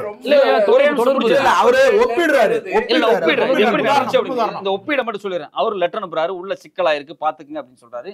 அதுக்கு வந்து திருப்பி இவங்க இருந்து லெட்டர் அனுப்பிச்சவங்க இல்ல அங்க எந்த பிரச்சனையுமே இல்ல, எல்லாமே சுமூகமா தான் போயிட்டு இருக்கு அப்படின்னு சொல்லி நேருவுக்கும் யூனியன் மினிஸ்ட்ரிக்கும் இவங்க தொடர்ச்சியா கடிதம் எழுதுறாங்க. பிற்பாடு இது இடிக்கிறதுக்கு ஒரு 15 நாளைக்கு முன்னாடி கூட ஒயர்லெஸ்ல இருந்து தகவல் வருது, அங்க ஒரு இஷ்யூ போயிட்டு இருக்குதுன்னு கலெக்டருக்கு இன்ஃபார்ம் பண்றாங்க. ஆனா கலெக்டர் உள்ள இருக்கக்கூடிய இந்த சிங்கு இவங்க எல்லாம் என்ன செய்து பண்றாங்க அப்படின்னா, அங்க எந்த பிரச்சனையுமே இல்ல, மக்கள்கிட்ட இந்துக்கள்கிட்ட சில கோரிக்கைகள் இருக்குன்னு சொல்லிட்டு திடீர்னு சிலையை கொண்டு உள்ள வச்சிடறாங்க. சிலை வந்தன்னைக்கு கூட நேருவும் யூபியோட சீஃப் மினிஸ்டர் சொல்றாங்க, சிலையை உடனே எடுங்க அப்படிங்கிறாங்க, சிலையை எடுத்துருங்கிறாங்க. ஆனா சிலையை எடுக்க மாட்டோம் அப்படின்னு கலெக்டரும் டிஸ்ட்ரிக்ட் அட்மினிஸ்ட்ரேஷன் நிக்குது. இந்த சிலையை உள்ள கொண்டு போய் போட்டது வந்து நம்ம யோகி ஆதித்யநாத் தாத்தா. இப்ப பிரச்சனை எங்க வருது அப்படின்னா, இதெல்லாம் இது எதுக்கு நான் சொல்றது கேளுங்க. இவங்க எல்லாம் அதை பண்ணிட்டாங்களா? கலெக்டரும் அந்த எஸ்பி உள்ள இந்த லோக்கல் அட்மினிஸ்ட்ரேஷன் பண்ணிருச்சா? இவங்க எல்லாரும் சஸ்பெண்ட் ஆகிறாங்க. சஸ்பெண்ட் ஆகி கோர்ட்டு போய் ரிவோக் பண்ணி திருப்பி கவர்மெண்ட் ஜாபுக்கு வந்ததுக்கு பிறகு ரெசிக்னேஷன் பண்ணிட்டு ஜனசங்கல சேர்ந்து 3 முறை எம்எல்ஏ ஆகிறாரு. யாரு? இந்த கே நாயருடைய மனைவி சகுந்தலா. கே நாயர் யாரு? இந்து மகா சார்பா அவரு எம்பி ஆகிறாரு. இந்த லோக்கல் மினிஸ்டர் இருக்கார்ல குருதத் சிங் சொல்ற மினிஸ்டர் லோக்கல் அட்மினிஸ்ட்ரேஷன், அவரும் கிட்டத்தட்ட 67 எம்பி ஆகிறாரு. இவங்க எல்லாரும் ஜனசங்கல போய் சேர்றாங்க. ஐயா அதே மாதிரி பிரச்சனை இல்ல இப்ப ராமர் கோயில் கட்டினாங்க இல்லையா, இந்த ராமர் கோயில் கட்டினதுக்கு சிறப்பு அழைப்பாளர்களாக இவங்க பேரனுகள்லாம் வந்து அவங்களுக்கு மரியாதை செய்யப்பட்டிருக்கு. பிரச்சனை எங்க அப்படின்னா, அந்த லோக்கல் அட்மினிஸ்ட்ரேஷன்ல இருக்கக்கூடிய கலெக்டர் கே நாயர், இந்த டெப்டி கலெக்டர், ஜுடிஷியல் மேஜிஸ்ட்ரேட், இவங்க எல்லாரும் எஸ்பி, இவங்க எல்லாத்துக்கும் ஒரு ஐடியா இந்த லோக்கல்ல உட்காந்துக்கிட்டு அன்னைக்கு ஜனசங்கம், அன்னைக்கு மக்கள் போராடல, அன்னைக்கு ஜனசங்கம் ஒரு குரூப் உட்காந்துக்கிட்டு இந்த பிரச்சனையை பெருசு பண்ணி அது இடிக்கிற லெவலுக்கு போய் திருப்பி கோர்ட்டுக்கு போய் கட்டி இன்னைக்கு அவங்களுக்கு பரிவட்டம் கட்டி மரியாதை பண்ணியிருக்காங்க இந்த டீமுக்கு. இதுதான் இந்த விஷயத்தை நம்ம பொருத்தி பார்க்கணும். யார் தடுத்தது? அந்த போலீஸ் குரூப் யார் வந்து கலெக்டர் ஒரு ஐடியா சொல்றாங்களே, பீஸ் கமிட்டி யாரு? பீஸ் கமிட்டியில என்ன பேசப்பட்டுச்சு? அறநிலைத்துறை அதிகாரி ஏன் திடீர்னு வந்து ஆடு வெட்டக்கூடாதுன்னு சொல்றாரு?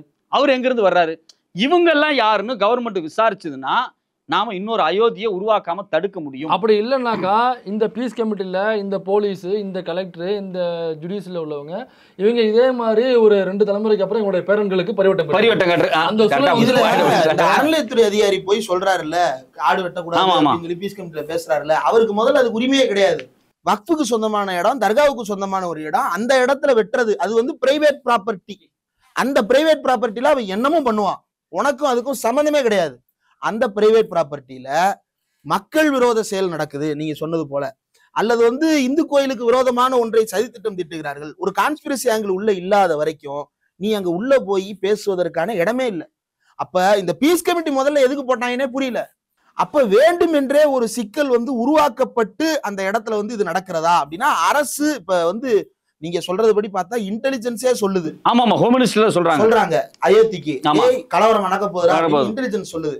அப்ப இங்க இன்டெலிஜென்ஸ் ரிப்போர்ட் என்ன, லோக்கல் ரிப்போர்ட் என்னன்றதை ஆய்வு செய்ய வேண்டிய பொறுப்பும் கடமையும் நம்ம அரசுக்கு இருக்கு, கவர்மெண்ட்டுக்கு இருக்கு. ஏன்னா நம்ம வந்து இப்போ டக்குனு ஒரு விஷயம் நடந்தோடனே அரசு அப்படிங்கிற ஒரு பார்வை இருக்கு இல்லையா, அந்த அரசை தாண்டி உள்ள இருக்கக்கூடிய லோக்கல் கவர்மெண்ட் வேற மாதிரி செயல்படுது. எப்பவுமே லோக்கல் கவர்மெண்ட் ஒரு ஜாதியாகவும் மதமாகவும் இயங்கிட்டு தான் இருக்கும். அது யதார்த்தமான விஷயமா இருக்கும். ஒரு பார்ட்டியில் இருப்பான், பார்ட்டிக்கு ஒரு கொள்கை இருக்கும், ஆனா ஊர்லவே பஞ்சாயத்து தலைவர் பாத்தீங்கன்னா வேற ஒரு கதை பேசிக்கிட்டு இருப்பான். அது வழக்கமா எல்லா கட்சி எல்லா இடத்துலயும் நடக்கும். ஆனா அது வந்து மக்களுடைய நல்லிணக்கத்துக்கு துரோகம் விளைவிக்கிறதா இருக்கு பாத்தீங்களா, அங்கதான் பெரிய பிரச்சனையா வருது. இல்ல நீங்க ஏன் தடுத்தீங்க அப்படின்னு போலீஸை கேட்கணும். நீங்க ஏன் பீஸ் கமிட்டியில ஏன் இதெல்லாம் டிஸ்கஸ் பண்ணும் போது உங்களுக்கு இந்த அதிகாரத்தை யார் கொடுத்தது? அறநிலைத்துறை எந்த காரணத்தை கொண்டு நீங்க போய் வகுப்பு நிலத்துக்குள்ள போய் வகுப்பு இடத்துக்குள்ள போய் நீங்க டிஸ்கஸ் பண்ண வகுப்பு அது நமக்கு வாயில வரல, வகுப்புகளை போய் நீங்க இந்த வேலையெல்லாம் பாத்தீங்க. இதுதான் பிரச்சனையோட துவக்கப்புள்ளி. அப்போ லோக்கல் அட்மினிஸ்ட்ரேஷன்ஸ்ல இந்த ஆர்எஸ்எஸ் காரன், இந்த அனுமன் சேனாவா, அந்த அனுமன் சேனான்னு ஒரு குரூப் இருக்கான், ஒரு மொத்தமே 4 பேர் தான் இருப்பானுங்க. இவனுக்கு என்ன பண்றானுங்க, மதுரைக்கு இவங்களுக்கு சம்மந்தமே இருக்காது, கூட்டத்தை கூட்டு வந்தானுங்களே அதுல 90% மக்கள் முன்ன பண்ண மதுரைக்கே வந்திருக்க மாட்டாங்க. அவங்களுக்கு மதுரைக்கே புதுசா இருக்கும். அந்த மக்கள் மதுரை கலாச்சாரத்தை புரிஞ்சுக்கிறதே கஷ்டமா இருக்கும். அங்க என்ன நடந்துட்டு இருக்குன்னே கூட தெரியாது. வாங்க வாங்க வாங்க முருகன் கோயிலுக்கு போறேன்னு சொல்லி பஸ்ல ஏற்றி கூட்டு வந்து இங்க வந்து கலவரத்தை பண்ணி விட்டு பாரத் மாதா கி ஜெயன்னு சொல்ல விட்டு இன்னைக்கு மதுரை வந்து ஒரு கலவர பூமியா மாத்துறாங்கல்ல. இதுக்கு 2 பேர் தான். ஒன்னு ஆர்எஸ்எஸ் ஆக வெளியே இருக்கக்கூடியவன், இந்து முன்னணியாக இல்ல வெளியே இருக்கக்கூடியவன், இன்னொன்னு அரசு அதிகாரத்துக்குள்ள இருக்கக்கூடிய லோக்கல் அட்மினிஸ்ட்ரேஷன்ல இருக்கக்கூடிய. இவங்க 2 பேர்த்தையும் பிடிச்சி வெளுத்தா எல்லாம் சரியாயிரும், பீஸ்ஃபுல்லாக வந்துடும். நான் இங்கே காலங்காலமாக நாங்கள் கடைபிடிச்சிட்டு இருக்க ஒரு விஷயத்த நீங்கள் அரசினுடைய துணையோடு தான் இதை செய்கிறாங்க. இது இந்த மசூதி மட்டும் கிடையாது. நீங்கள் வந்து இப்போ ஞானவாபி மசூதியிலிருந்து, அது மட்டும் இல்லாமல் நான் ராஜஸ்தானில் அஜ்மீர் தர்காலிருந்து எல்லா விஷயத்துக்குமே முதல்ல லோக்கலில் போய் ஆரம்பிக்கிறது. அதில் கூடிய அரசு அதிகாரிகள் வந்து உள்ளே வந்து வருவாங்க. அதுக்கப்புறம் லோக்கல் கோர்ட்டுக்கு போகலான்னு ஆரம்பிக்கிறது. இந்த பிரச்சனை இங்கிருந்து ஆரம்பிக்குது. இந்த மாதிரியான பிரச்சனைகள் முழுக்க முழுக்க களை எடுக்கப்படணும் அப்படின்னா லோக்கல் கவர்மெண்ட்ல இருக்கக்கூடிய ஆட்கள் யாரு, அவங்க யாரோட தொடர்பு இருக்காங்கன்னு அரசு ரொம்ப நிதானமா கவனிக்கணும். இல்ல அறநிலைத்துறையில அதிகாரியா போடுறவனுக்கு கொஞ்சம் நஞ்சம் அந்த ஊரை பத்தி அறிவு இருக்கணும், அந்த ஊரோட பண்பாடு தெரியணும், அந்த ஊர் எப்படிப்பட்டது அப்படிங்கிறத புரிஞ்சுக்கணும். ஒரு மதவாதி மத எண்ணத்தில் இருக்கக்கூடிய கொண்டு போடுங்க, ஆன்மீகவாதியை போடணும், மதத்தில் இருக்கக்கூடிய கொண்டு போடக்கூடாது. அது பெரிய ஆபத்துல போய் முடியும். நாம அமைதியா வாழ்ந்துட்டு இருக்கக்கூடிய இடத்த இவங்க காலி பண்றாங்க. தமிழ்நாட்டில் இல்ல தென்னிந்தியாவில் மிகப்பெரிய இது மாதிரி ஒரு பூசல் கலவரங்களை உருவாக்குறதுக்கு பல முயற்சிகள் நடந்திருக்கு. அது எல்லாமே கைவிடப்பட்டிருக்கு. அதுல ஒரு சில சக்சஸ் வந்து இந்த ஆர்எஸ்எஸ் காரன் கோயம்புத்தூர் மண்டக்காடு கலவரம் இதெல்லாம் அவங்களுக்கு ஒரு சக்சஸா கிடைச்சதுனால இப்போ மதுரையை மையமா வச்சு ஒன்றை பண்ணிட்டோம்னா நாம வந்து நிரந்தரமா எஸ்டாப்ளிஷ் ஆயிடலாம் அப்படின்னு ஒரு பிளானை போடுறாங்க. அதுக்கு லோக்கல் கவர்மெண்ட் ஹெல்ப் பண்ணுது. அதான் என்னுடைய முக்கியமான பாயிண்ட். இல்ல நீங்க 2 பேரும் மதுரைக்காரங்க நினைக்கிறேன். இல்ல நீங்க மதுரை இல்ல? நான் மதுரையே கிடையாது. ஐயா மதுரைக்கு பக்கம் இல்ல, திருநெல்வேலி. திருநெல்வேலி இல்ல, திருநெல்வேலினா நீங்க மதுரைன்னு சொல்லலாம். திருச்சியை தாண்டினாலே மதுரை தானே. நான் படிச்சதுதான் மதுரை தான். இப்போ இந்த மாதிரி சொல்கிறாப்புல ஏற்கனவே மண்டக்காடு கலவரம், கோயம்புத்தூர் கலவரம், இந்த மாதிரியான ஒரு போக்கு வந்து மதுரையில் செல்லுபடி ஆகுமா? மதுரையில் செல்லுபடி ஆகாது. ஆனா அவங்க நங்குரம் போட்டு வர பாக்குறாங்களே, இது எப்படி? அது வெளியூர்காரனை கூட்டிட்டு வந்துதான் வந்து வில்லங்கம் பண்ண முடியும், விவகாரம் பண்ண முடியும் அப்படிங்கிறப்பயே அவங்க அப்பயே தோற்றுட்டாங்க. மதுரை மக்களுக்கும் அதுக்கு சம்பந்தமே கிடையாது. ஏன்னா மதுரையில வந்து அந்த வைகை ஆற்றில் கள்ளழகர் இறங்குற போது நீர்ப்பந்தல் வைத்து மோர்பந்தல் வைத்து இஸ்லாமியர்கள் அங்கே வரவேற்பு செலுத்துவதாக இருக்கட்டும், புதுக்கோட்டை மாதிரியான ஊர்களில் வந்து பள்ளிவாசல் திறப்பு விழாவுக்கு தாய்மாமன் சீர் எடுத்துட்டு போறதா இருக்கட்டும். அதுல வந்து இந்த தங்க தமிழ் செல்வன்கிற எம்பி சொல்றாரு, எனக்கு வந்து குலசாமி இதுலயே வந்து சிக்கந்தர் ரவுடியா தான் எனக்கு வருவாரு, நான் அங்கே போய் தான் நாங்க எல்லாமே நேர்த்தி கிடப்போம் அப்படின்னு ஒருத்தர்லாம் சொல்றாரு. அப்ப பல பேருக்கு வந்து என்னன்னா அவங்களுடைய பூர்வீகமாக யாருக்குமே வந்து பேதம் கிடையாது. அது வந்து இந்து முஸ்லீம் பேதமே கிடையாது. எல்லாம் உறவு முறை சொல்லிதான் பேசுவாங்க. யாருமே வந்து நீங்க வந்து இஸ்லாமியர்கிட்ட வந்து ஒரு மாமா மச்சான் உறவு சொல்லிதான் பேசுவாங்களே தவிர, என்ன மாப்பிள்ள என்ன போனிய ஆளக்கானா இப்படிதான் பேசுவாங்களே தவிர, அவங்க பெயர் சொல்லி கூட யார் இந்த பேர்லாம் சொல்றாங்கல்ல, என்ன பாய் என்ன ஆளக்கானா அப்படிங்கிற வார்த்தையே அங்க வராது. உறவு முறை சொல்லிதான் எல்லாருமே அங்க பேசுறாங்க. இதை வந்து வெளியூர்காரனை கூட்டிட்டு வந்து இவர் சொல்றது மாதிரி அதிகார வர்க்கத்துல சில ஊடுருவல் நடக்கிறது. அதன் வழியாக இதை நிறைவேற்ற பாக்குறாங்க. இதுக்கும் அந்த அங்க இருக்கக்கூடிய பொதுமக்களுக்கு சம்பந்தம் இல்ல. அரசாங்கம் விழித்துக் கொள்ள வேண்டும். இல்ல, ஆனா அங்க உள்ள ஜனநாயக சக்திகள், அங்க உள்ள சாதாரணமே அந்த மக்கள்கிட்ட, மதுரையில் உள்ள மக்கள்கிட்ட வந்து பொதுவா தமிழ்நாடு முழுக்க இருக்கிறத தாண்டி மதுரைக்குள்ள இன்னும் அதிகமாவே அந்த மத பேதம் அப்படிங்கிறது இல்லாம ஒற்றுமையா இருக்கக்கூடிய ஒரு வழக்கம் இருக்குல்ல. இப்ப அந்த மக்கள் வந்து எப்படி ரிஃப்ளெக்ட் பண்ணலாம்? இப்ப அரசாங்கம் இப்போ சொல்றது மாதிரி நிறைய ஊடுருவி இருக்காங்க உள்ள அஃபிஷியலா அப்படின்னு சொல்றாங்க இல்லைங்களா. இதை தாண்டி இந்த மக்கள்கிட்ட என்ன விழிப்புணர்வு கொண்டு போய் சேர்க்கணும்? மூவ்மெண்ட் ஏதாவது செய்யணுமா, அல்லது இல்ல நேச்சுரலாவே இருக்கு அடுத்த முறை வந்தாக்கா மதுரைக்காரங்களை வெளுத்து விட்டுருவாங்க அப்படிங்கிற மாதிரி இருக்காது? கள்ளழகர் திருவிழாவுடைய ஒரு லட்சக்கணக்கான பக்தர்கள் ஒன்று கூடுகிற போது இந்த ஊர்ல எப்படா ஒரு கம்யூனிஸ்ட் எம்பி ஆகுறான் என்று பாரதிய ஜனதால இருந்து அவங்களுடைய வெப்சைட்ல இருந்து போடுறாங்க. அவங்களுக்கு கோபம் என்னன்னா பக்தர்களை வெறியர்களாக மாற்ற முடியல. அதான் அவங்களுக்கு இருக்க பிரச்சனை. பக்தர்கள் ஒருபோது வந்து வந்து மசூதி மேல கல்லறிகிறதுக்கோ இல்ல சர்ச்சு மேல வந்து வம்புழுக்கிறதுக்கோ பக்தர்கள் எப்பொழுதுமே தயாரா இருக்க மாட்டாங்க. பக்தர்கள் வந்து அல்ல. அது ஒரு உதாரணமே இருக்கு. எனக்கு கபிகோ அப்துல் ரஹ்மான் சொன்னது, அவரு வாணியம்பாடியில பேராசிரியரா வேலை செய்யறாரு. அப்ப அவர் 5 வேளை தொழுகை செய்யக்கூடியவர். அவர் அப்படி போற போது ஒரு செருப்பு தைக்கிற தொழிலாளி அந்த பள்ளிவாசல்ல தொழுகைக்கான அழைப்பு வருகிற போது, பாங்கு சத்தம் கேட்கிற போதுதான் முன்னாடி போய் நின்று சட்டம் போடாத அந்த வந்து செருப்பு தைக்கிற தொழிலாளி கண்களை மூடி வந்து அப்படியே ஒரு வணங்குற தோற்றத்துல அவர் நின்றுருக்காரு. இவர் ஒவ்வொரு முறை தொழுகைக்கு போற போதும் என்ன இவர் இந்த மாதிரி ஜாமி விட்டுட்டு இருக்காப்புல பள்ளியாசம் முன்னாடி அப்படின்ட்டு அவருக்கு ஒரு வினோதமா இருந்திருக்கு. ஒரு நாள் அவர் வாயிருக்காம கேட்டு விட்டாரு, என்ன செய்யறீங்கன்னு கேட்டாராம். சொன்னானா, நான் நம்புற தெய்வம், நான் நம்புற சாமி இங்க இல்லையா, அதைத்தான் கும்பிட்டுக்கிட்டு இருக்கேன், அது இருக்குல்ல அதுதான் கும்பிட்டுக்கிட்டு இருக்கேன் அப்படின்னு சொன்ன உடனே கபிகோ அப்துல் ரஹ்மான் அதை பதிவு செய்யறாரு. கடவுள் என்பவன் மதங்களுக்கு அப்பாற்பட்டவன் என்பதை ஒரு செருப்பு தைக்கிற தொழிலாளி என் புத்தியில் செருப்பால் அடித்து எனக்கு கற்பித்தான்னு எழுதியிருக்கிறார். இதுதான் யதார்த்தம். இதை மதமா பார்ப்பது அப்படின்னு, கடவுளை மதமா பார்ப்பது அப்படிங்கிறது பக்தர்கள் மனநிலையில எப்பவுமே கிடையாது. ஒரு குடம் பால்ல ஒரு துளி விஷத்தை கலந்த பின்னாடி அதை நம்ம பாலை ஆக்க முடியாது. இந்த ஒரு துளி விஷம் தான் இப்ப வேலை செய்யறதுக்கான திட்டமா மாத்தி ஒட்டுமொத்த பாலையும் கவுத்துறதுக்கான வேலையா தான் இதை செய்யறாங்க. இதை யாரு முன்னெடுக்கணும்னா அங்க இருக்கக்கூடிய அந்த சமூக ஆர்வலர்கள் ஏற்கனவே அங்க இருக்கிறாங்க. ஏற்கனவே மனித உரிமை ஆர்வலர்கள்லாம் அங்கே இருக்க ஒரு முக்கியமான செயல்பாட்டாளர்கள், சமூக செயல்பாட்டாளர்கள் மதுரையில் இருக்கிறாங்க. அதை குறிப்பாக சிபிஎம் மாதிரி அமைப்பு அவங்க மக்கள் ஒற்றுமை மேடையெல்லாம் அவங்க வச்சிருக்கிறாங்க. அவங்க அதுக்கான முன்னெடுப்பை வாஞ்சிநாதன், பேராசிரியர் அருணன், சு வெங்கடேசன் மாதிரி ஆட்கள்லாம் சேர்ந்து ஒரு இதை உருவாக்கணும். அதுக்கு பல பொதுவான ஆன்மீக அமைப்புல இருக்கிறவங்களும் பல பேர் பல பேர் இருக்கிறாங்க. நல்லிணக்கத்தை விரும்பக்கூடியவர்கள் இருக்கிறாங்க. ஏன்னா பாபர் மசூதி இடிக்கப்பட்ட போது இந்துக்களின் பெயரால் இந்த அநீதி நடந்து விட்டது, இதை நாங்கள் ஏற்கல அப்படின்னு இந்துக்கள் மட்டும் திரண்டுவாங்க என்று அதை கண்டித்து தவத்திரு குன்றக்குடி அடிகளார் மறைந்த பெரியவர் ஊர்வலம் போனார். அதுல இஸ்லாமியர்கள் பங்கேற்காதீர்கள், வேற மதம் சார்ந்தவர்கள் வராது, நீங்க எல்லாம் வராதீங்க, எங்க பேரை சொல்லி உங்களுக்கு அநீதி இழைச்சிட்டாங்க, இது கடவுளுக்கு ஏற்புடையது அல்ல, கடவுள் இதை விரும்ப மாட்டார், ஒரு ஆலயத்தை இடிப்பதை கடவுள் ஒருபோது விரும்ப மாட்டார், யாருடைய மன உணர்வுகளையும் நான் நொறுக்குவதை இறைவனுக்கு விரும்ப மாட்டார்னு அதை கண்டித்து நல்லிணக்க ஊர்வலம் போன ஊர். அதனால இது நடைமுறை சாத்தியம் இல்லை. ஆனா சாத்தியப்படுத்துவதற்கு அதிகார வர்க்கத்துல இருக்கக்கூடிய ஊடுருவலும் வன்முறை, வெளியூர்ல இருந்து வரக்கூடிய வன்முறை கும்பலும் முயற்சி செய்யறாங்க. அது முறியடிக்கப்படுறதுக்கு அரசு விழிப்போட இருக்கணும். ஏன்னா இந்த பழியை அவங்க தான் சுமக்கணும். நாளைக்கு ஒரு விபரீதம் நடந்தால் இந்த அரசு இந்த ஆண்டுல இவங்க தான் அதை செஞ்சாங்கிற வரலாற்று பழியை திமுக நிச்சயமா சுமக்க வேண்டி வரும். அது அரசுக்கு விடப்பட்டிருக்கிற எச்சரிக்கையாகவும் சவாலும். சார் ரம்ஜான் எப்ப தொடங்குது சார்? இன்னும் ஒரு மாதத்துல ஏதோ சொன்னாங்க. அந்த பாபர் மசூதி இடிக்க போனாங்க இருக்காங்க இல்லையா, அவங்களும் ஒருத்தரும் கூட அதுக்கு முன்னாடி பாபர் மசூதி போய் பார்த்துருக்க மாட்டாங்க. 90% அன்னைக்கு தான் முதல்ல இதுதான் பாபர் மசூதி இடிச்சு விடாங்க. வேற ஏதாவது காமிச்சா அதையும் இடிச்சிருப்பாங்க. ஆக்சுவலி பெருசா இருக்கு. ஆக்சுவலி முன்ன பின்ன போனதே கிடையாது. அவதான் இங்கிருந்து இப்ப இவரெல்லாம் சொல்றாரு நாங்கெல்லாம் இதெல்லாம் தூக்கிட்டு போனோம்னு அர்ஜுன் சம்பத் கட்டுரையே எழுதியிருக்காரு. அவர் அதுக்கு முன்னாடி போயிருக்க மாட்டாரு. ஒரு குரூப் கிளம்பி போப்ப அங்க ஏதோ இருக்கா இடிக்கணுமா வாங்க போலாம் அப்படின்னு கிளம்பி இடிக்க போனப்பயுமே இவங்க கூட்டத்துல எங்கேயோ நின்று இருப்பாங்க.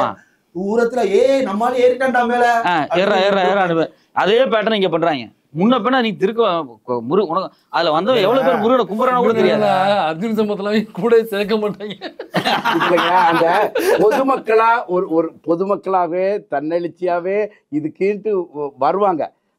அந்த மக்களை மட்டும் கொஞ்சம் அந்த லோக்கல் அட்மினிஸ்ட்ரேஷன் சொல்றாரு இல்லையா, அவர்களை மட்டும் முன்னிறுத்தி நீங்களே ஒரு தீர்வு வருங்கன்னா கந்தூரி நாள் மட்டுமல்ல எல்லா நாட்களிலுமே அங்கே செல்வதற்கு வாய்ப்புகள் உண்டு. அதே மாதிரி அந்த சிவராத்திரி மட்டுமல்லாமல் தினமுமே அங்கே பூசை நடக்கிறதுக்கு மாறிப்போண்டு. ஏற்கனவே சொன்ன மாதிரி 3க்கும் வெவ்வேறு வழிகள் தள்ளி தள்ளி இருக்குது. இஸ்லாமியர் சொல்கிறது எனக்கு 50 சென்ட் தான் சொல்கிறாங்க. அப்போ அதுக்கு பெரிய அரண் வச்சா கூட நம்மளால் இதை இன்றைக்கு இருக்கிற இன்ஃப்ராஸ்ட்ரக்சரும் ஃபெசிலிட்டிஸ் வச்சு அதை 3 பேர் தனித்தட்ட முறையில் அவரவர் கடவுளை விரும்பும் போதெல்லாம் கும்பிடலாம் அப்படிங்கிற ஒரு நிலையை ரொம்ப எளிதாக அதை கொண்டு வரக்கூடிய ஒரு இடம். அதை சொன்ன மாதிரி நான் அதனால தான் இந்த துலுக்கத்தி நாச்சியார் வரலாறெல்லாம் சொன்னேன். மதுரை மண் எல்லாருக்கும் இணைந்து இருக்கக்கூடிய மண் தான். அதை தேவையில்லாம வெளியில இருந்து வரக்கூடிய அமைப்புகள். அதனால தான் அந்த வெளியில இருந்து வர்ற அமைப்பு நாங்க மத நல்லிணக்கத்துல மசூதியில போய் பேசுறோம். எல்லா இடங்கள்லயும் நாங்கள் இந்து வேத மறுமலர்ச்சி இயக்கத்துலேருந்து பேசிக்கிட்டு தான் இருக்கிறோம். ஆனால் திருப்பரங்குன்றத்துக்கு போகலை. ஏன்னா நம்மளும் ஒரு வெளியிலேருந்து ஒரு அமைப்பாக ஏதாவது ஒன்று சொல்லிடக்கூடாதேங்கிறது தான். நீங்கள் சொன்னீங்க இல்லையா, அந்த அந்த 2 அமைப்பு, அது பேரை சொல்ல விரும்பல, நேரடியாக நாங்கள் அங்கே போனப்போ எங்களுக்கும் அவங்களுக்கும் ஒரு பெரிய தகராறு இருந்தது. அது இஸ்லாம் அமைப்பு இல்லை, இந்த அமைப்புன்னு 2 பேர் சொன்னார். அது என்னன்னா, நாங்கள் ஒரு அருள் வளம்னு போனோம், திருப்பரங்குன்றத்தில் தான் போனோம். அப்போ என்ன சொல்லியிருந்தோன்னா, தமிழில் மக்கள் இந்துக்கள் எல்லாரும் சிந்திக்க, அனைத்து சாதியினரும் அந்த இதில் என்ன போட்டது, தேர்தலுக்கு கொஞ்ச நாளைக்கு முன்னாடி போனோம், யாரெல்லாம் அனைத்து சாதியினரும் அர்ச்சகர் ஆக்கலாங்கிறதுக்கு ஆதரவு கொடுக்குறாங்களோ, யாரெல்லாம் கருவறைக்குள்ள தமிழ் ஒலிக்கணுங்கிறதுக்கு ஆதரவு கொடுக்குறாங்களோ அவங்கள் தான் உண்மையிலே இந்து மதத்துக்கு ஆதரவானவர்கள். இதை மக்கள் புரிஞ்சுக்கிட்டு ஒரு துண்டறிக்கை கொடுத்து எல்லா இடத்துலையும் எல்லா கோயிலுக்குமே போனோம். கன்னியாகுமரியிலேருந்து இங்கே திருத்தணி வரைக்கும் நாங்கள் போனோம். அப்படி போகும்போது அந்த 2 இந்து அமைப்புகளில் ஒன்று தான் நேரடியாக நாங்கள் வெளியேருந்து துண்டறிக்கை கொடுத்துக்கிட்டு இருக்கோம். உள்ளேருந்து பெரிய சிவலிங்க கொடியை வச்சு தான் உள்ளேருந்து நாங்கள் கும்பிட்டுக்கிட்டு இருந்தோம். அப்போ நாங்கள் உள்ளுக்குள்ளே கோயிலுக்குள்ளே நீங்கள் எப்படி இந்த துண்டறிக்கையே கொடுக்கலாம், அதில் வேற ஒன்றும் இல்லை, அனைத்து சாதியினரும் அர்ச்சகர் ஆக்குங்க, தமிழில் கருவறை மொழி ஆக்கணுங்க. நீங்கள் வெளியிருந்த நோட்டீஸ் துண்டறிக்கையை வாங்கிட்டு உள்ளே நீங்கள் எப்படி கொடுக்கலாம் அப்படின்ட்டு காவல்துறையெல்லாம் வர சொல்லிட்டாங்க. நான் அப்புறம் காவல்துறையிட்ட சொல்லி யாராவது ஒரு ஆள் காட்டுங்க, நான் உள்ள இருந்து கொடுத்தேங்கிறதுக்கு ஒரு ஆள் காட்டுங்க. பாருங்க, அவ்வளவு சொல்லி பிரச்சனை ஆயிக்குது. உங்ககிட்டயே இவ்வளவு பிரச்சனை நீங்க பண்ணதா சொல்றாங்க. ஏன்னா தமிழை முன்னிறுத்துறோம், தமிழை முன்னிறுத்துறோம். அப்ப இஸ்லாமியர்ல சும்மா விடுவாங்களா? எவ்வளவு பழிய போட்டிருப்பாங்க. இது வெறுமனே இஸ்லாமியத்திற்கு எதிரானது, தர்காவுக்கு எதிரானது அல்ல. இது இந்து மத மறுமலர்ச்சி இயக்கம் நடத்துகிற 15 சித்தர் பீடத்தினுடைய பீடாதிபதி மூங்கிலடி எல்லாரையும் பிரச்சனை பண்றாங்க. அப்ப இவன் இஸ்லாத்துக்கு எதிரானவன் மட்டும் இல்ல, சக மனுஷனுக்கு எதிரானவன். அதாவது மக்களுக்கு புரிய வேண்டியது என்னன்னா, இவங்க என்ன சொல்லுவாங்கன்னா, வேற்று மதத்துக்கு கலவரம் பண்றதுக்கு இந்த காரணமே RSS பாஜக கலவரம் பண்றதுக்கே காரணம் என்னன்னா, எளிதாக மக்களை தூண்டி விட்டுற முடியுங்கிறது தான். ஆனால் அவங்க என்ன சொல்லுவாங்க, அவர்களே என்ன சொல்லுவாங்கன்னா, அவன் இப்படி அடிக்கிறான், இவன் இப்படி அடிக்கிறான்னு சொல்லுவாங்களே தவிர, அதே நேரத்தில் நம்மளுடைய தமிழ்நாட்டில் தமிழ் தாய்மொழியாக இருக்குது, குடமுழுக்கிலையும் அர்ச்சனையிலையும் பயன்படுத்துங்கள் அப்படின்னு சொல்லும்போது அதே சிவாச்சாரியார்கள் தான் வழக்கு தொடுப்பாங்க. அதே சிவாச்சாரியார்கள் தான் கருத்து கேட்பு கூட்டம் நடக்கும்போதும் அதே சிவாச்சாரியார்கள் தான் வந்து தகராறு பண்ணுறாங்க. அப்போ தமிழ் மொழி உள்ள நுழையணும், தமிழ் மொழி கருவறைக்குள்ளே போகணும், தமிழர்கள் கருவறைக்குள்ளே போகணும். எல்லாரையும் போய் சொல்லலை. அவங்க உடனே என்ன சொல்லுவாங்கன்னா, நான் எல்லாரும் ஒரு சயின்டிஸ்ட் லேபுக்குள்ளே போயிட முடியுமா எல்லாரும்? அப்படியெல்லாம் இல்லை. அரசு நடத்துகிற இந்து சமய அறநிலையத்துறை நடத்தினா அர்ச்சகர் பயிற்சியில் யார் யாரெல்லாம் பங்கு பெற்றிருக்கிறாங்களோ, தேர்ச்சி பெற்றிருக்காங்களோ அவங்கள உள்ள அனுப்புங்கன்னு தான் நாங்கள் கேட்குறோம். அவங்கள அப்படி அனுப்பும்போது நீங்கள் வேற தமிழ் வெளியே தான் இருக்கணும், தமிழ் வந்து கருவறைக்குள்ள உள்ளே போகக்கூடாது, இதெல்லாம் சொல்ல ஆரம்பிச்சிருவாங்க. ஆனால் வேற்று மதம் வரும்பொழுது நீயும் நானும் ஒன்றுன்னு சொல்லிடுவாங்க. கருவறைக்குள்ள தமிழ் போகணும், தமிழர்கள் போகணுங்கும் போது நீ சூத்திரன்னு தள்ளி வச்சிருவாங்க. இதை மக்கள் இந்துக்கள் புரிஞ்சுக்கிடுவாங்க. நிச்சயமா இந்துக்களுக்கு தெரியும். இதை இந்துக்கள்கிட்ட புரிய வைக்கணும். இஸ்லாமியர்களுக்கும் இஸ்லாமியர்கள் யாரும் நேரடியாக இது வரைக்கும் நீங்கள் சொன்ன மாதிரி காவல்துறை தான் மேலே சிவராத்திரி கொண்டு போடும்போது இதுக்கெல்லாம் பிரச்சனை பண்ணுதுன்னு நான் சொல்கிறேனே தவிர எந்த ஒரு இஸ்லாமியரும் அப்படி செய்யவே இல்லை, செய்யவும் மாட்டாங்க. அதனால் இதை மக்கள்கிட்டையே எடுத்து சென்றோம்னாலே தன்னால் நல்லிலக்கணம் வரும். ஒரு நாள் விழா மட்டும் இல்லாமல் தினமும் அங்கே விழாக்களும் தினங்களும் வழிபாடுகளும் தர்காவிலேயும் நடக்கணும், இந்த நம்ம காசி விஸ்வநாதர் கோயிலே நடக்கணும். நிம்மதியாக மக்கள் விரும்பின கடவுளை கும்பிடும் வழிவகைகளை உருவாக்கி கொடுக்கணுங்கிறது தான் இந்து வேத மறுமலர்ச்சி இயக்கத்தின் கருத்து. வாழ்க சித்தர் மூங்கிலடியார். அவ்வளவுதான். இதோட அருமையா கன்க்ளூஷன் கொடுத்துட்டீங்க. இதற்கு மேல சிறந்த கன்க்ளூஷன் யாரால கொடுக்க முடியாது. இந்து சமூக தொண்டர்களுக்கு ஒரு வேண்டுகோள். பிப்ரவரி 28ஆம் தேதி ரம்ஜான் தொடங்குது. அந்த நோன்பு கஞ்சியை வாங்கி குடி. மார்ச் 29 வரைக்கும் இருக்கு. தினமும் நோன்பு கஞ்சியை குடிக்கிற, போட்டோ எடுத்து போடுற, இஸ்லாமிய இந்து ஒற்றுமை வாழ்கன்னு ஹேஷ்டேக் அடிக்கிற, கடைசியா பாய் பிரியாணியை வாங்கி தின்னுட்டு இந்த பிரச்சனையை குழி தோண்டி புதைக்கிற. சரி, இவ்வளவு நேரம் இந்த திருப்பரங்குன்ற விஷயத்தை பத்தி அலசி காய போட்டிருக்கோம். மீண்டும் வேற ஒரு பிரச்சனையில நம்ம தொடர்ந்து வேலை இருக்கு. நன்றி.